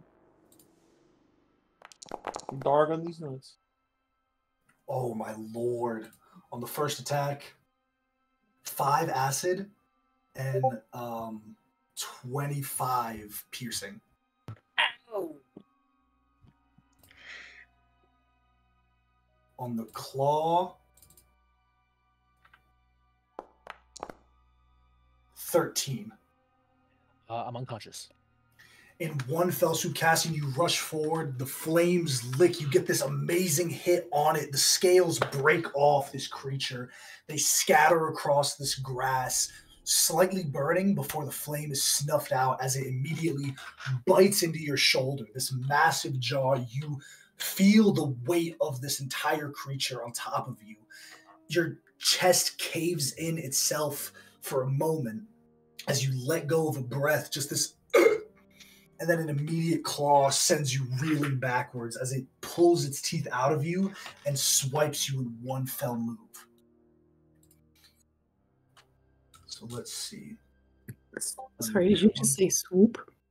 One fell swoop.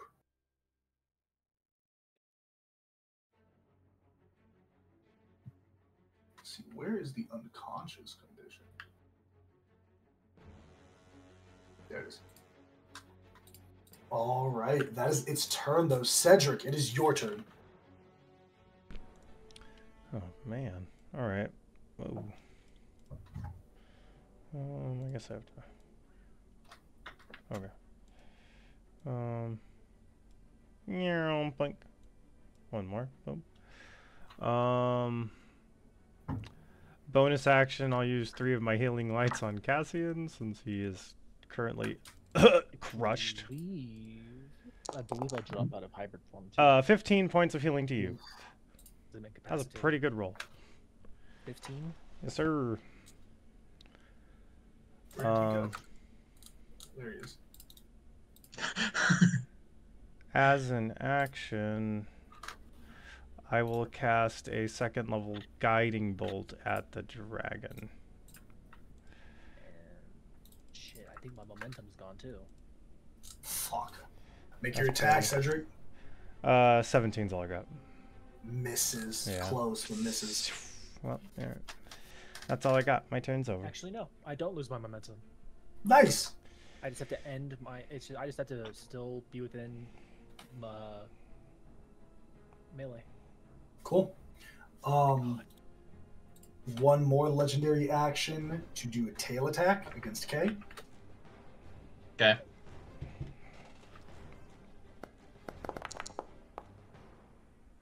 Ah, yeah. 20. Gets me.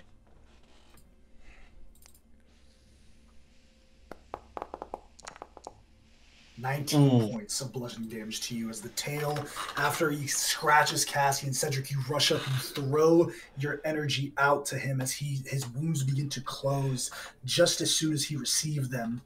In one quick movement, the tail reels back and then snaps like a whip towards UK, hitting you and sending you back a bit. Marjorie, it is your turn. Okay, so as a bonus action, I am going to use my innate sorcery. So twice per long rest, I can take a bonus action to unleash shimmering magic within you for 1 minute. This lets me have advantage on attack rolls of sorcerer spells that I cast. Woo! So I'm going to do that as my bonus action. How does that look like, Marjorie? How do you go Super Saiyan? Like a thin really gold shimmering light like starts from her fingertips and her toes and it just like encompasses her whole body and she just looks like slightly shiny. Like this shimmering. thin like outline surrounds your shoulders, going down to your torso, around your waist, and down all the way to the outsoles of your boots as you're wreathed in this golden aura. Do what you gotta do, sis. Also, I think that her eyes, they're normally like a pale gray blue. They go to like everything, like the iris, the white part, everything is just gold. What color are Marjorie's eyes? Gold? Gold. Sick. Super Saiyan for real. Sick. I'm going to move 25 feet over here. I believe that was 25 feet. And then I am going to make sure that I'm at least 30 feet within it. Yeah, we're good. Okay. And I'm going to cast poison spray. And I gotta roll this at advantage because I'm God's favorite princess. Something like that. It's gonna be 25 to hit. 25 hits. Dragon melee attacks are not magical. I'm God, so I'm saying they are. Okay. Because it doesn't make sense to me. Okay. It's a dragon. Why would they not be? Okay. That is going to be 7 poison damage. 7 poison.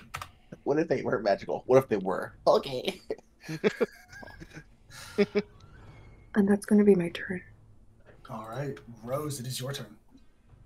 All right. Cool. I am going to. I'm gonna cast a Ray of Sickness on this boy. Okay. Ooh. A 25 to hit. Hits. Sick. We do this many points of poison damage, 8. And it is poisoned until the end of my next turn. No. Does it save against that? There's no save. It is poisoned. Whoa. Yeah, there being no save is kind of crazy, actually. Yeah, it's just to hit. It's very cool. Damn. It doesn't do a ton of damage, but like it's There's cool. disadvantage on all melee attacks. Is good for no save. Yeah.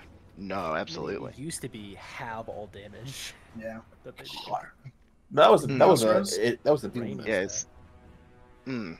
Yeah, it's half damage if they use strength as their like stat, which is confusing. So I like this. Anything else, Rose? I'm just thinking there's not really a way I can get Cassian out of the line of fire, which is unfortunate. So yeah, that's my turn. Cool. Last 2 legendary actions. I need Cassian and Kay.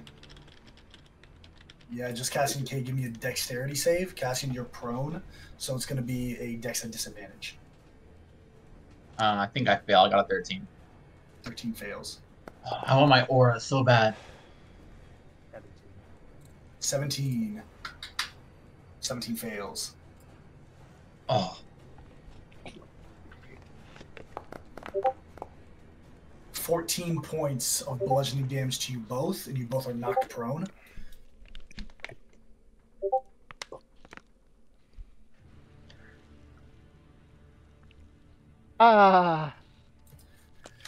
As its wings extend out, growling, looking back at the fire giant that's still getting up, it strategically attempts to get more ground away from it as it flies over you all, landing with a slam in front of you, Rose.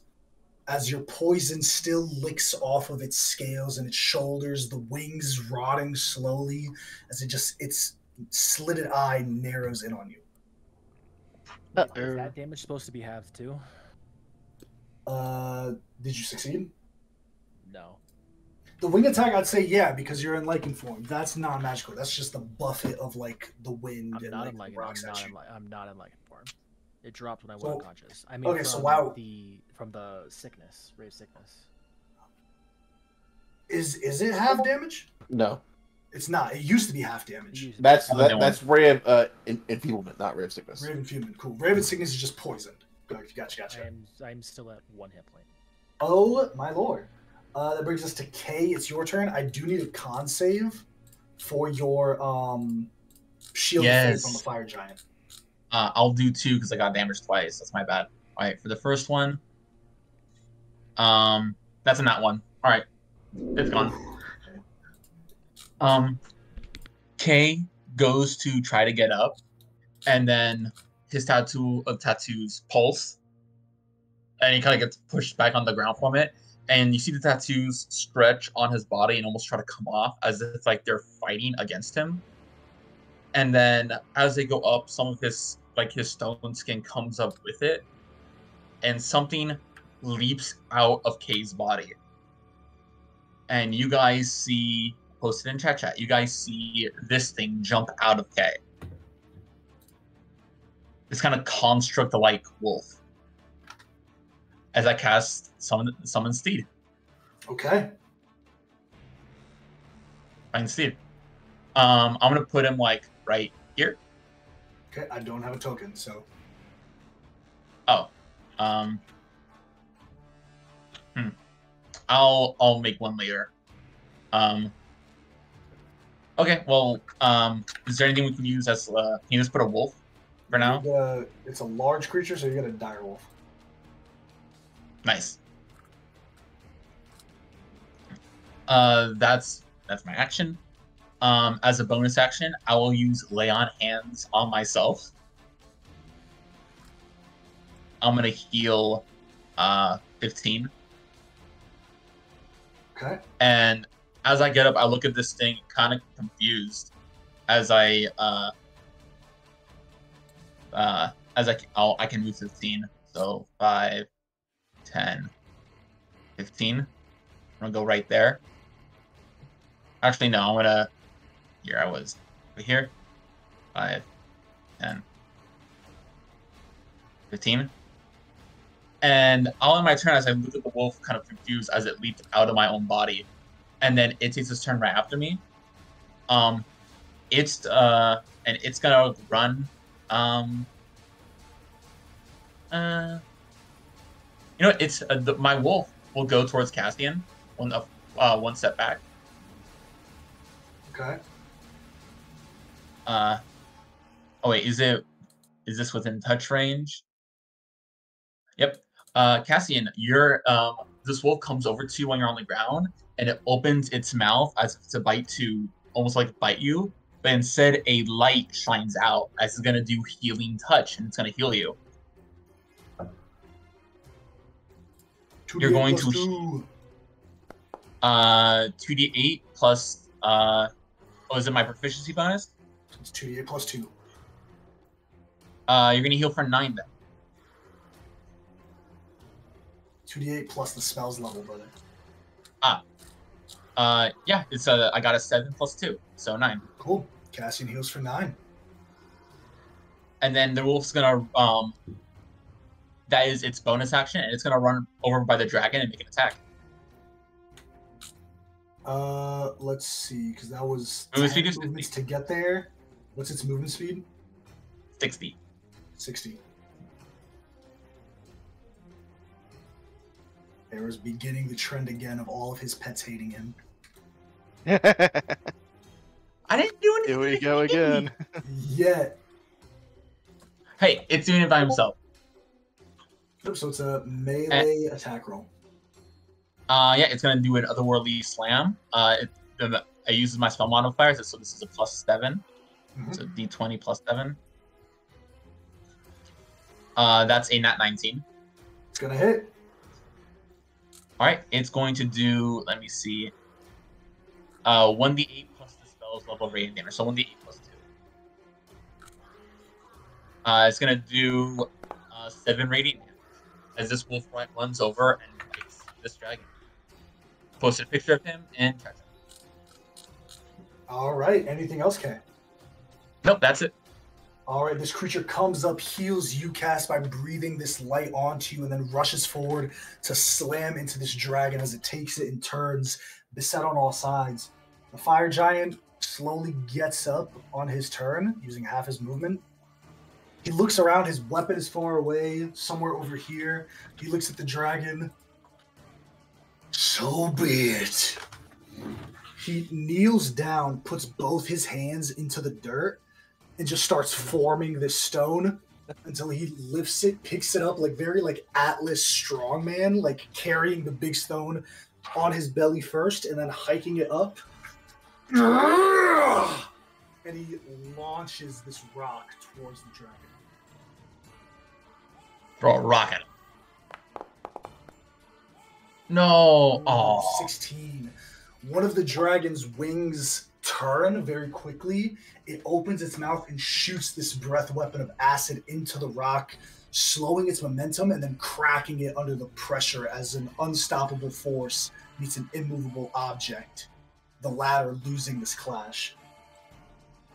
And then the fire giant is just going to move his 15 feet. Ark, it is your turn. Alright. I'm gonna move in 10 feet. I'm gonna make my 2 attacks with advantage because I placed a seal on him last turn. We'll see him. 22 hits. This is the middle. We're in the middle of the day, right? Yeah. Cool. I just gotta ask. Yeah, get under his wing. You gotta ask. Just gotta ask. 22 points of piercing damage. Okay. And then I'll expend a seal on that attack for 7 points of fire damage.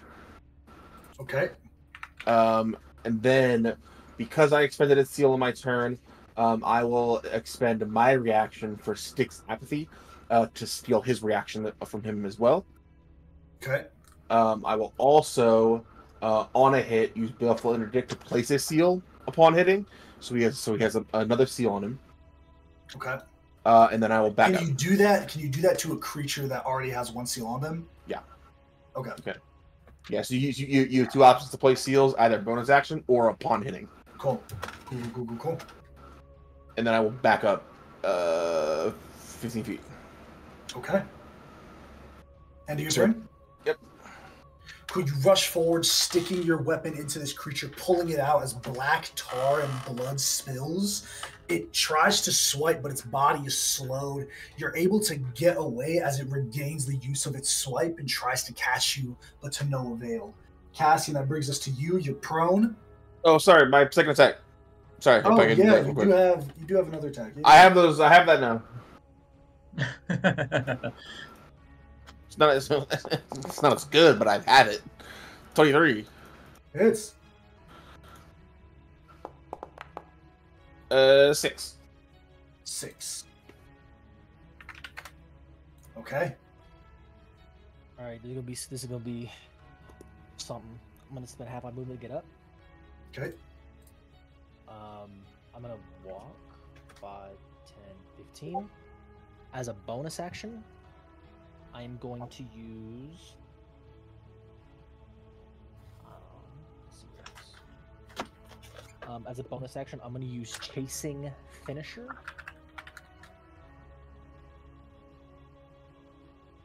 Perfect. I get to move an additional 10 feet for every momentum die that I currently have 2, so I get to move just another 20 feet as a bonus action, and a part of that bonus action, 5, 10, 15, 20. As a part of that bonus action, I get to make a weapon attack. Yep. Gotta hit with this. This is the one that you want to hit with for the extra damage. Yes, I don't get the extra. I don't get to burn my memento. I have to hit with this one in order to get it. Make a weapon attack, add a momentum die to the damage. I don't have anything. Are you shit? 9 misses. You rush forward, the bestial urge coming from within as you just got clobbered by this thing. My heroic inspiration. Absolutely, do a reroll. We all have one? I didn't burn it. Unless you used it. You used yours. You used yours. Roll a perception check. Oh, okay. I'm not in my hybrid form anymore. Let me confirm that I am not in my hybrid form. I don't believe I am, but this just isn't loading, so I'm gonna assume that I'm. It's been a few days, so I was asking. We'll just a +7. Oh. Brutal, dude. Alright, well there goes 2d8 of momentum. And then I'll use my action to do 2 standard attacks against it.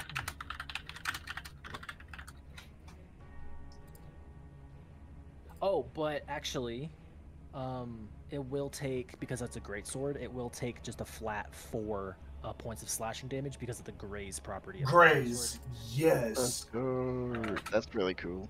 But so for the first action attack, hits. 19, there we go. And then for my second attack, 18. What? That's what you did. Hits. Come on, man. Okay, so this will be. Let me check the flame brand real quick because I think if you go unconscious, it goes out. I think. The flame Let me double check. Flame tongue. That's why I couldn't do it. Let's see. The flames last until you take a bonus action or until you drop, stow, or sheath the weapon. So yeah. Do I still have it? Yeah. Based on for now, I'm gonna rule it. The argument could be made like when you go unconscious, you drop your weapon, but I'm gonna rule that you got it for now. Okay. So 2d6 slashing, 2d6 fire +7 twice. 86 plus 14. 44 points of damage. God, if I could have hit with that other one, it would be so. Oh my lord. Okay. And because I actually moved enough with that finisher, I actually get 1 focus point. Yes. So I'm going from I went from 2 to 3. Second.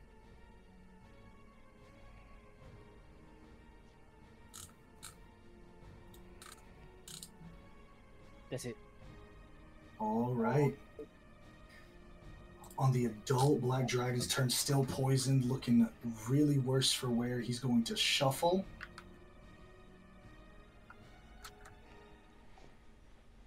Yeah, I mean...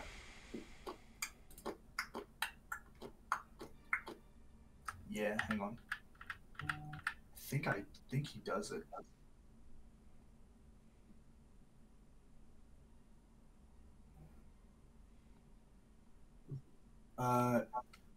Cassian, you can take an opportunity attack. Can my wolf take one? Your wolf does not have reactions. Feinstein doesn't have reactions. Got it.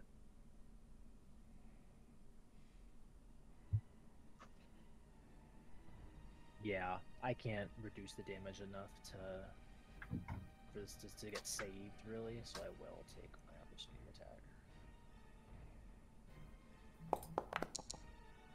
19? 19 hits. I need you to roll high on this. That'd be nice. I didn't. 16. No. Hit me with that breath. Hit me with that breath weapon. Yes. This creature looking very wounded on its last legs. It's beset on all sides. Escape isn't an option. It's supposed to take as many people out as possible. Did you just do damage to it? Did you hit it? Yes. Yes. I will no action expend another seal for 2d6 damage. Roll that 2d6. Two. Oh, Snake Eyes. No. It's single digits. And I heroic inspiration 2d6. You can heroic inspiration damage. Can you? And I? You can do it. Yeah, that's a new thing. Fuck yeah. You can reroll damage with Fuck it. yeah. Yes. I need y'all to explain to me, Cass and Ark, how you guys want Let me to go back this. again. As this creature is running backwards, Yeah. it puts its chest outwards. Cassian, you swipe at it, its head goes back, lunging backwards, staggering. Its mouth begins to fill as it plants all fours down. Just do your regular attack. Al, you be. I got the dunk. I imagine as it's trying to retreat, we'll just take his greatsword and just reach out and just catch it like right in the jaw, and just a heavy blow that kind of like breaks one of the joints, so it's kind of hanging loosely off to one side, with that kind of silver fire that kind of catches a little bit, and then with Ark's seal, it just flares and then just digs into its head, and it just immolates from the inside out. It backs up after the attack. It backs up, gets ready to throw this breath weapon out. Ark just puts a hand out, a little tiny little a flame, like a little tiny piece of paper catching on fire, just kind of goes off in his hand. In like old school samurai movie, that wound that already bled, like gushes out fire. As it rears back, its neck shoots out. As with one final roar, the breath, the last vestiges of its energy roaring outwards, it falls down in a hump, dust settling across the battlefield. We are officially out of combat.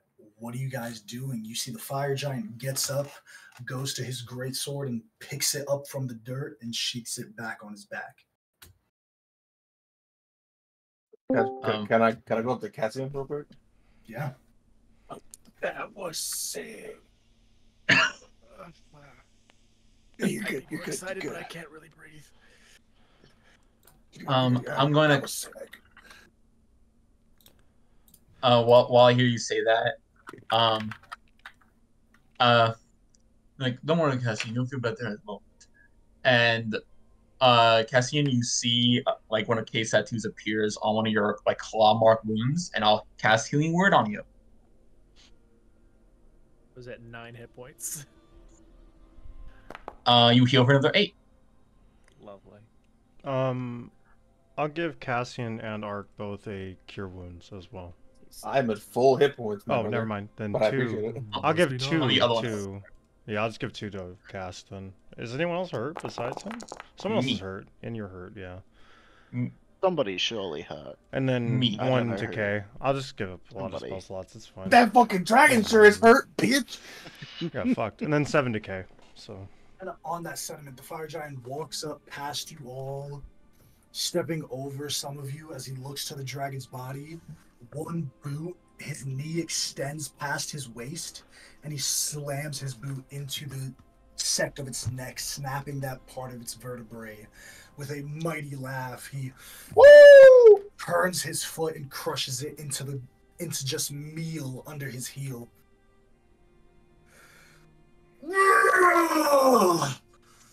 A mighty battle was fought this day. Tell me, who stood with me against that loathsome creature? We are face We are the defectors. fates. Oh god, you do it, Eric. Yeah, you got Fates defectors. It seems you are not as organized as I thought. But fight with a spirit of fire. This kind of gives you It's an honor to fight with you, Lord. looks over the creature. The trophy! What shall I take? Yes, and he sees one of the bent wings that he ripped earlier when they were falling from the sky. Hell yeah. Puts his boot on the back Gangster. and just rips one of the wings off. Yes. Big Ark is like, Takes out He's like, he's like a paring knife for him that's probably bigger than a greatsword for you all. And he gets on one knee and starts digging it into the side of this dragon, cutting through the scales as they splinter off. And he starts carving out and ripping out some still fresh blooded meat, throwing it into a pile, ripping some of the guts out just as he starts to field dress one side of this thing.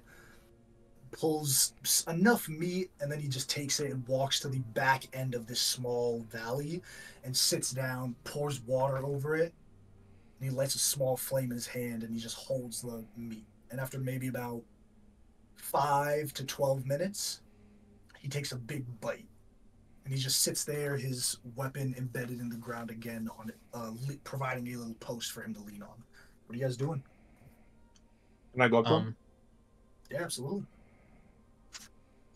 It would be an honor to share in the spoils. He takes a small piece, he chars it in his hand, he tosses it towards you. Now, a small piece for him, yeah, does it probably like flatten me? Probably like a 30-pound turkey. I think he tries to like catch it and just kind of gives him a bow and takes a bite right in front of him. Yes. If only I had some mead, I could drink to the bones of that creature. But its meat will suffice.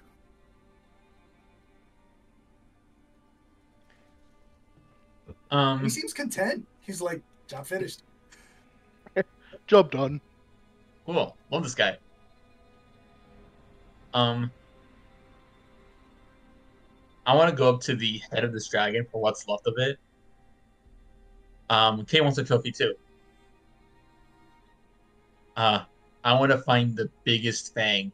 I want it. This was an adult dragon. The fang's the size of you. I want to find a decent sized fang. I want it. I want to find the biggest fang. That's really big. I want to find a decent sized fang. You grab one that's maybe the size of like a short sword, and you're able to carve it from the gums. It is rough and bloody work. You know, it is gruesome. You have to carve into the fangs, get to the root, and pull it out. It probably takes you and one other person working to perform this root canal on this creature. Ripping the tooth out, you take it, you have it. Hey, really said, give me your top shelf. That'll be $500, sir. Give me your third shelf. For real. And Kay doesn't mind getting bloody. His wolf will come by and will actually start like biting into like the exposed flesh of the dragon, like getting his share of it as well. What's the rest of you guys doing? I want to go get that tooth. Another one of the same thing? I just want a tooth. Even if we have one, I just want one of the teeth. Same concept, same thing. It takes you more than an hour to do this, you two. But you're able to take this tooth out, and you have a short sword-sized dragon fang, adult black dragon fang. Oh, this is going to make a nice weapon. I think Ark is sitting crisscross, like in front of the giant, but facing the same way as the giant. So, like, if you were to look at it, you would see Ark as like a little miniature version. Being like the miniature version. Literally, don't talk to me, you're my father. Yeah, he's not really one of conversation. You can tell that now that his bloodlust has died down, pretty chill.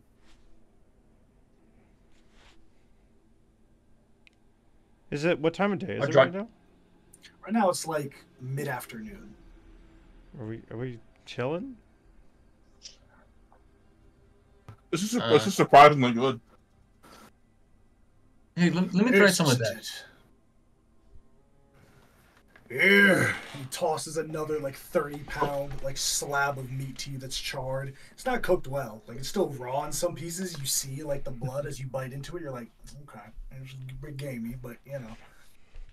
Can you see hook horror? This is my soul. I think Ark looks up and goes, I think knowing that I killed it makes it taste better. Yes, the final strike belongs to you. Well fought. Thank you.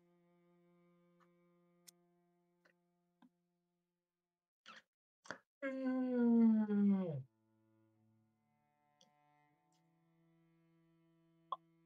just kind of sits there.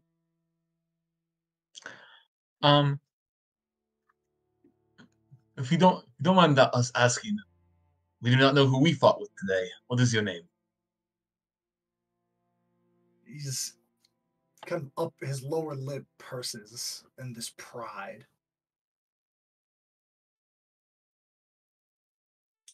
I am the Flamberge Vrulkar, Bane to winged terrors, Slayer of the Scaled. I am their fear known, but you can just call me Vrulkar. Volcom? Is that what he said? What did he say? Vrulkar.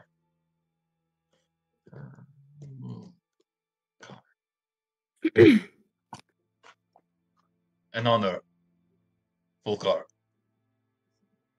You see, he takes one of the scales that have been haphazardly thrown in this chaos of a battlefield, a scale that would fit in his palm, so a quite sizable one, and he reaches into his side pouch, and you hear the sound of like almost metal clinking as he opens it. A small little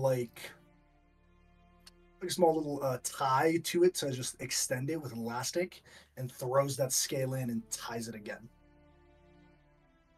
So that's There's a dragon. 8. Yeah. Impressive. Can Ark does like the hand motion where you like spread money? He's like, like you want to show us? True warrior does not boast. But he takes the bag and he just places it to his side. Ark definitely goes and looks. He's like, let me see. There's like 8 different scales. There's maybe 3 black ones. There's a red one, a blue one. There's also a golden one. Doesn't discriminate. Any dragon. Anybody. He got beef with any dragon. He don't give a fuck about chromatic. There's a bronze one in there. He got beef with dragons. If you got wings, 4 legs, and breathe something, you got beef with Volcar. What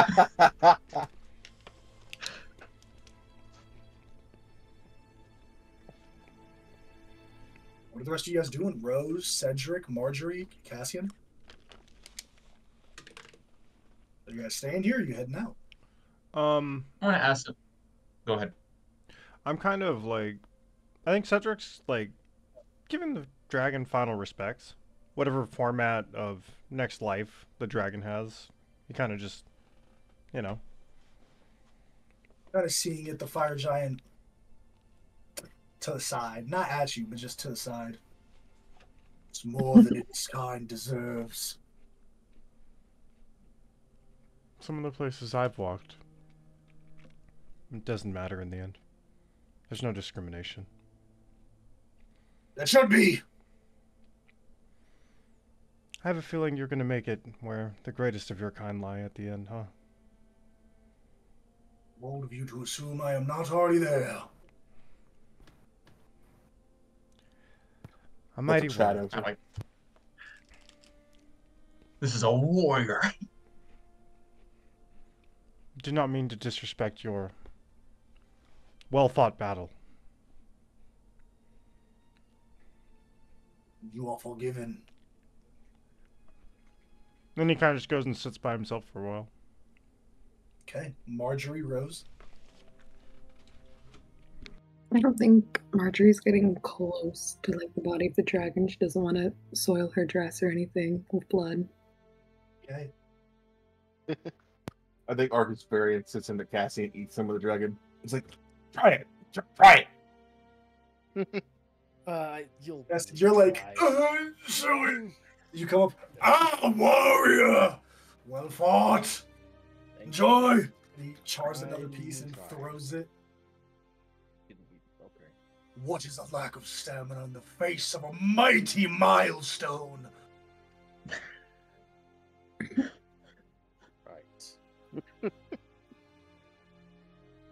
It's very good. Yes. just kind of the 3 guys in armor and weapons just sitting like in a fucking semicircle around this fire giant. Oh, as he finishes his food, he kind of takes a big sigh and gets up from his seating position. He takes the great sword and puts it back on its sheath. I will be taking my leave now. Well fought, warriors. Well fought indeed. Good luck in finding your next battle. Luck has nothing to do with my prowess. But I appreciate the sentiment. Until next we meet. I'll tell tales of our battle. Yes, and make sure they are mighty as we fought. Of course. And then Frolcar, kind of looking, pausing to look at the dragon one more time, he gives it that like Toji kick across the face. And then he walks off. Anything else you guys want to do before we continue on? All right. Is there any leftover dragon meat? Yeah, it's an adult dragon. There's a dragon. I want to make some dragon rations. Just carving it, taking the better part of this day as you guys take this little short rest before continuing on. You're able to procure whatever small amount that you'd like. If anyone wants to make like harvesting checks, I'll get like a fang. Cool, like a small fang that maybe might not even be able to get made into a weapon. I'll give you for a freebie. Tangible things that you want, like I want this amount of this to then make this into a weapon. Cedric K, you got trophies. If you want something that can be fashioned into a weapon, I'm gonna need a harvesting check. I'll go for that then. I would be willing to then roll for what I need. I was gonna make mine into a pick. That's what I was gonna use it for. It's like a. That's like a guitar pick. Yeah. Pick? Yeah. That's just a trophy, bro. That's okay. sick. We're good. Okay, cool. If it doesn't confer a mechanical bit like above board, if it doesn't confer a mechanical advantage, there's no harvesting check. Gotcha. If you want something you could turn to a mechanical thing, I would need a harvesting check. These are all Arcana checks. Now here's how this is gonna work. One person can make a check, and one person can assist them. That's it. Or everyone can roll their own check. If the person that is being assisted succeeds on that check, then both of you get a split of the profits. Make sense? What check are we Dragons, they are the dragon type, so it's going to be Arcana. Let me actually double check. Let's take a quick 2 minutes while I pull up Heliana's. Aw. Hey, Rose. I have +2, or I have +7 to Arcana. I have expertise, actually. Oh. But I won't help, sorry. I was just saying it because I could. I was just saying it because I could. It's amazing. Hey, Rose. My good friend Rosie. My good friend Rose. No, what? I only get to call her that. Stop it. Yeah, also. Cool. Apologies. I would like some help getting one of these so I can fashion it into a weapon. Please. What do you need my help with? CR of this Arcana. The Arcana Oh, check. you just like want me to point to the bits that make it. I'm not. I'm not ripping this shit out. Is what I'm saying. If you can give me direction, then I could mess with it. I'll just need some help. I'll try my Or I best. can help you. Sure. Probably not. You touch it. I'll point you to where to pull. What do I roll? Alright. Give me 1 sec. I'm pulling everything up right now. Oh, cool. Because you can also get essence from this creature that you store in a vial. You can get their magical essence based on their CR. Nice. So there's 2 of this. I'm just pulling up harvesting right now. Yep. Turns out Cool. every person want one wizard to help with these type of checks. Okay, so typically you would need harvesting supplies, which are a tool.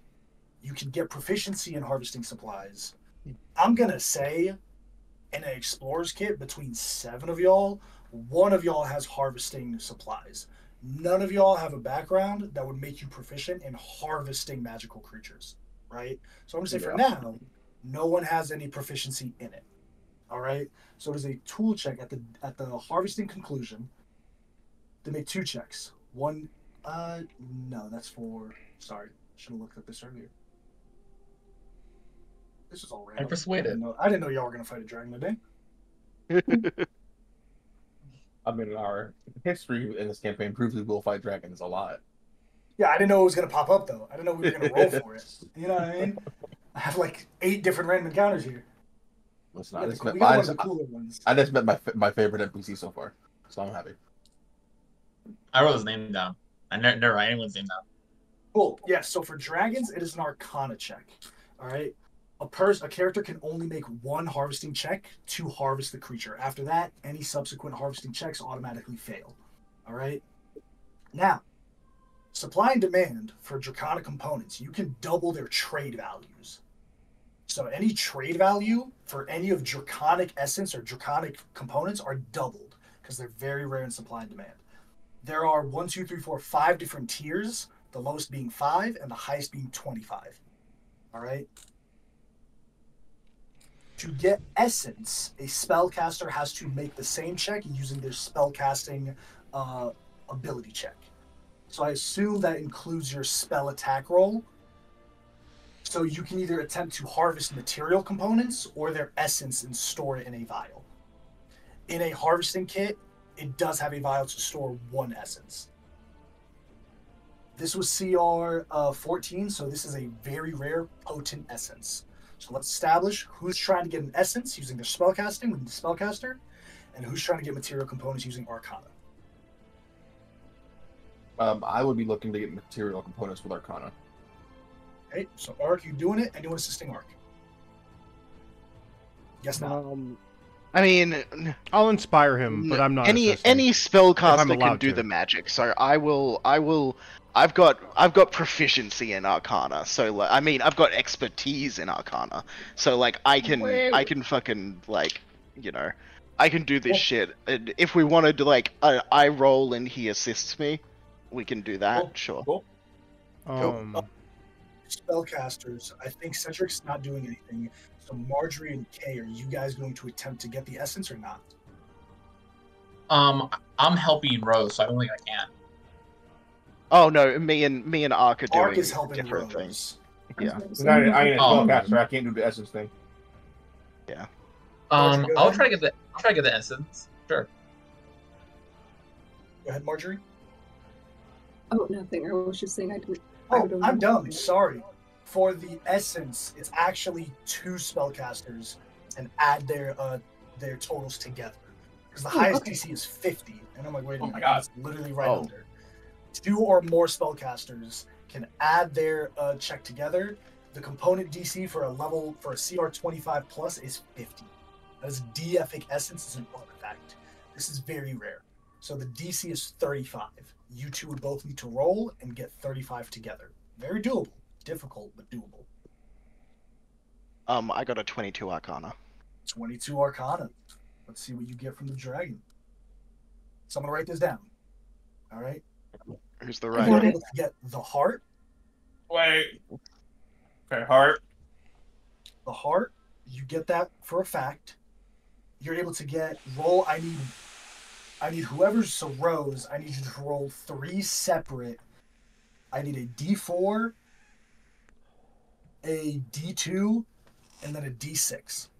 I'm gonna let Volt do that because I did the roll for the actual thing. D4, a D2, a D6, and then tell me which is for each one. D2. D2.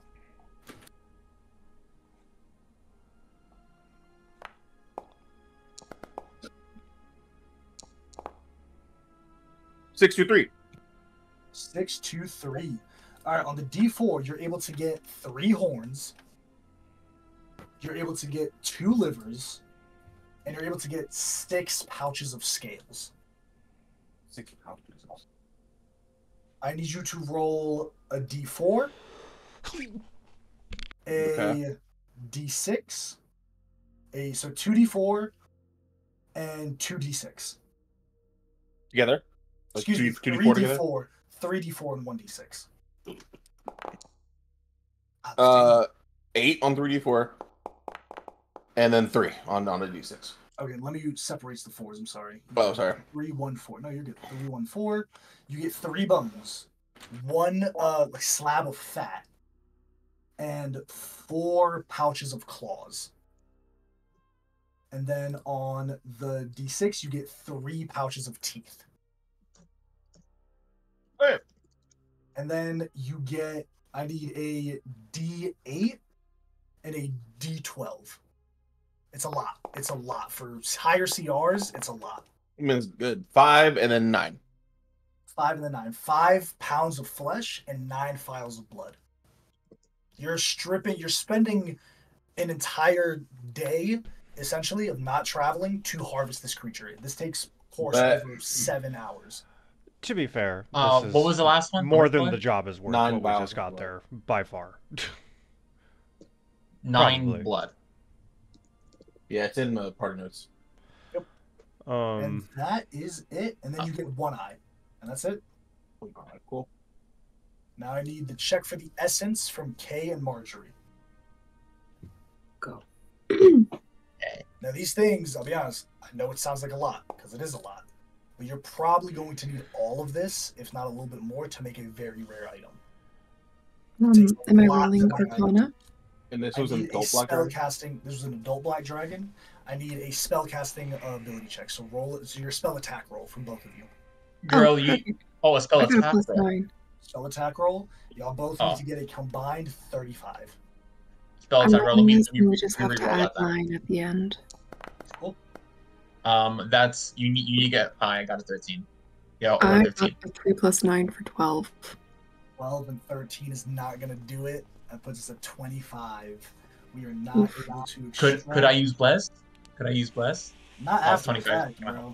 Hey, AJ, I have my heroic inspiration. You want to roll your heroic inspiration? I thought you re-rolled it already for Rose. Yeah, but that was last night. This is a new day. Long rest. You're a human. Yeah, go ahead. All right, she's a human. It was never meant to be. And worse. It wasn't meant to be. We don't get the potent essence. But you're able to strip this creature down. Anything else anyone wants to do here as we continue on? I think we're going to need all of this. Not mechanically, but flavor-wise, the reason we didn't get it is because Marjorie was just really grossed out by the smell of blood and everything. She's like, no. Fair. All right. If there's nothing else, you all can take a long rest as we continue on towards the city of Berxley town. Can I do one last thing? Just for funsies? So it says I can communicate with my Find C telepathically. So does it try to talk to me? It doesn't try to talk to you. If you try to talk to it, it doesn't. That's different. But it's not. All right, I'll try to talk to it. I'll try to talk to it. So, what are you exactly? And thank you.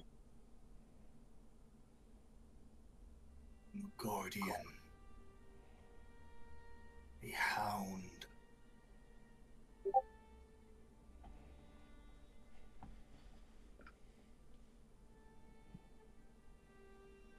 Pleasure. Thank you for your aid.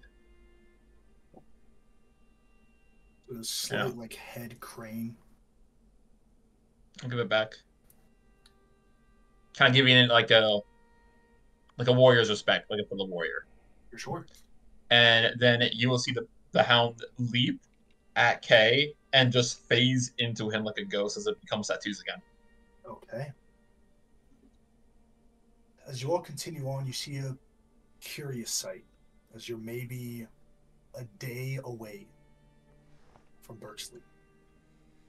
See a small outpost. No homes, nothing that's been here for a long time. But you can tell immediately from maybe 1/10 of a mile out, as you can see these people, these are refugees. It's a massive campsite. But you do spot that most of them are women, children, and elderly. Rarely do you see strong, able-bodied, muscular men. There are many individuals that are here that are capable, but most of them are women, children, and elderly. They don't seem to be thriving, but they seem to be surviving. There's a small little community of maybe 40, 50 people that are out here. The same as you all would be, there's a hesitancy as they watch outsiders approach. Some of the people, they just grab whatever they can, not like brandishing them, but just holding them a bit tighter. What are you guys doing?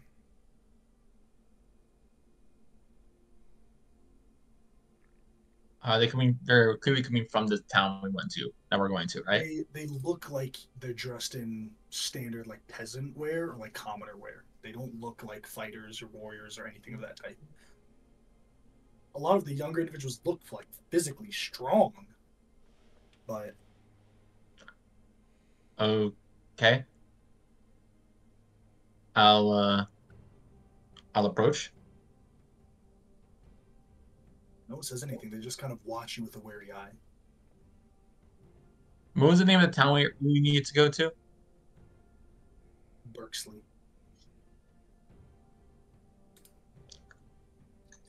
Did you all come from Berxley?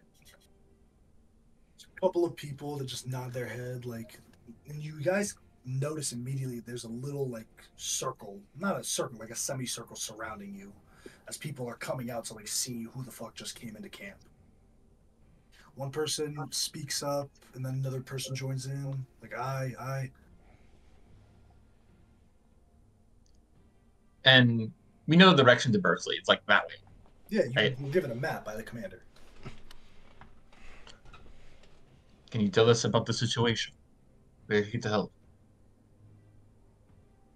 There's clamoring among the people. People start saying a lot of things, but you're hearing the same things echo, like, yeah.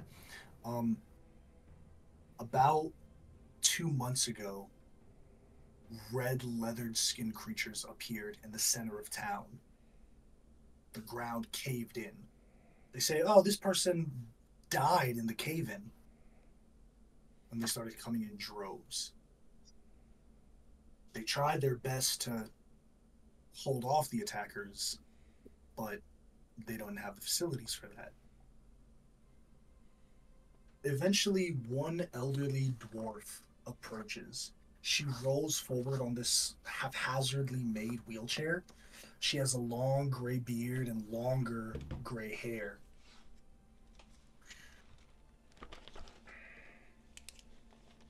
You with the other people that came here?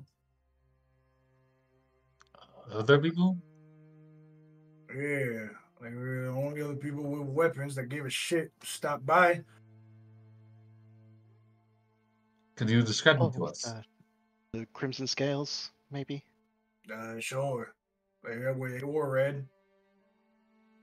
That's probably them. Yeah, we're with them. There's a lot of fuckers wearing red in Berxley.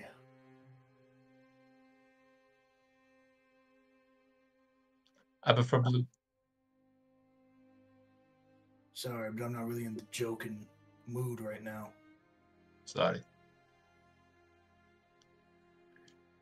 Where can we find them? It's not gonna be hard to miss.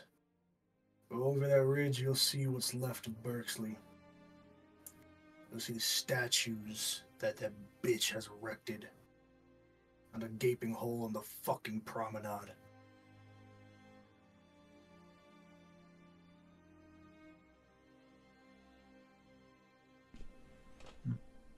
How long ago? Teetering on 2 months.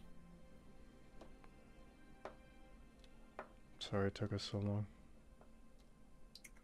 Me too. And well, you're here now, I guess, and I guess that's what matters.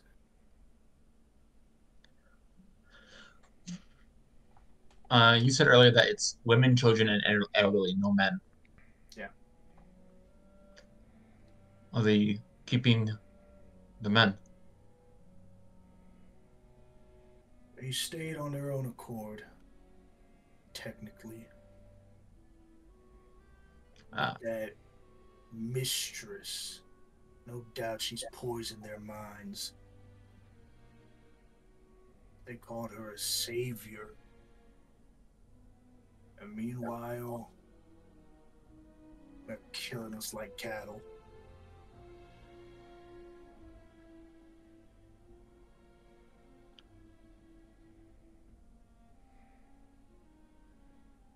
Guess we'll see what we can do about that. Sorry for the I suffering am sorry you've for your endured, loss. for sure. Yeah. Listen, I'm no fool. I've been around the block. I know exactly what you guys are there for. And I know exactly how you types handle situations. You can tell she's hesitant to make this request that comes from her mouth, but nonetheless, it does escape her lips. I'd be much appreciative if you could find a way to break that spell on them, or whatever's controlling them. I have no doubt that they're gonna fight at you like hell. Literally. But if you could find it in your mercy to not wet your blades for those that don't deserve it, then it'd be much appreciated.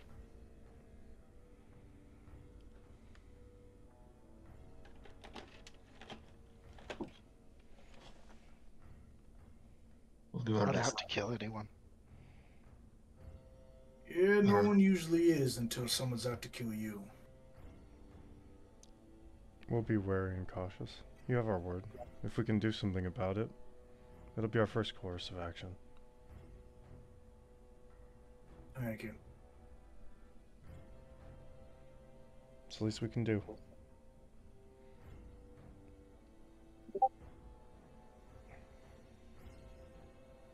Very well. We got some rations or something that we can spare that we took. You're more than welcome to take your fair share of it. We appreciate the kindness. Yeah. Bring that cunt down. She kind of wheels off. Anything else you guys want to do here in this small little survivors outpost? Are we getting one last long rest before we head out? Everyone should be long rested, yeah. No, but like now, like before we head into the city, are we getting one last long rest here? Probably not. Oh, well, it's like about a day away, so yeah. I'm asking because if so, I'm gonna look around for injured and kind of give first aid. No one's really injured here. They're not like, they weren't like wounded escaping. It seems like they were allowed to be left. They only wanted the people that could work or be food, which was the men. She's a succubus. Mm-hmm.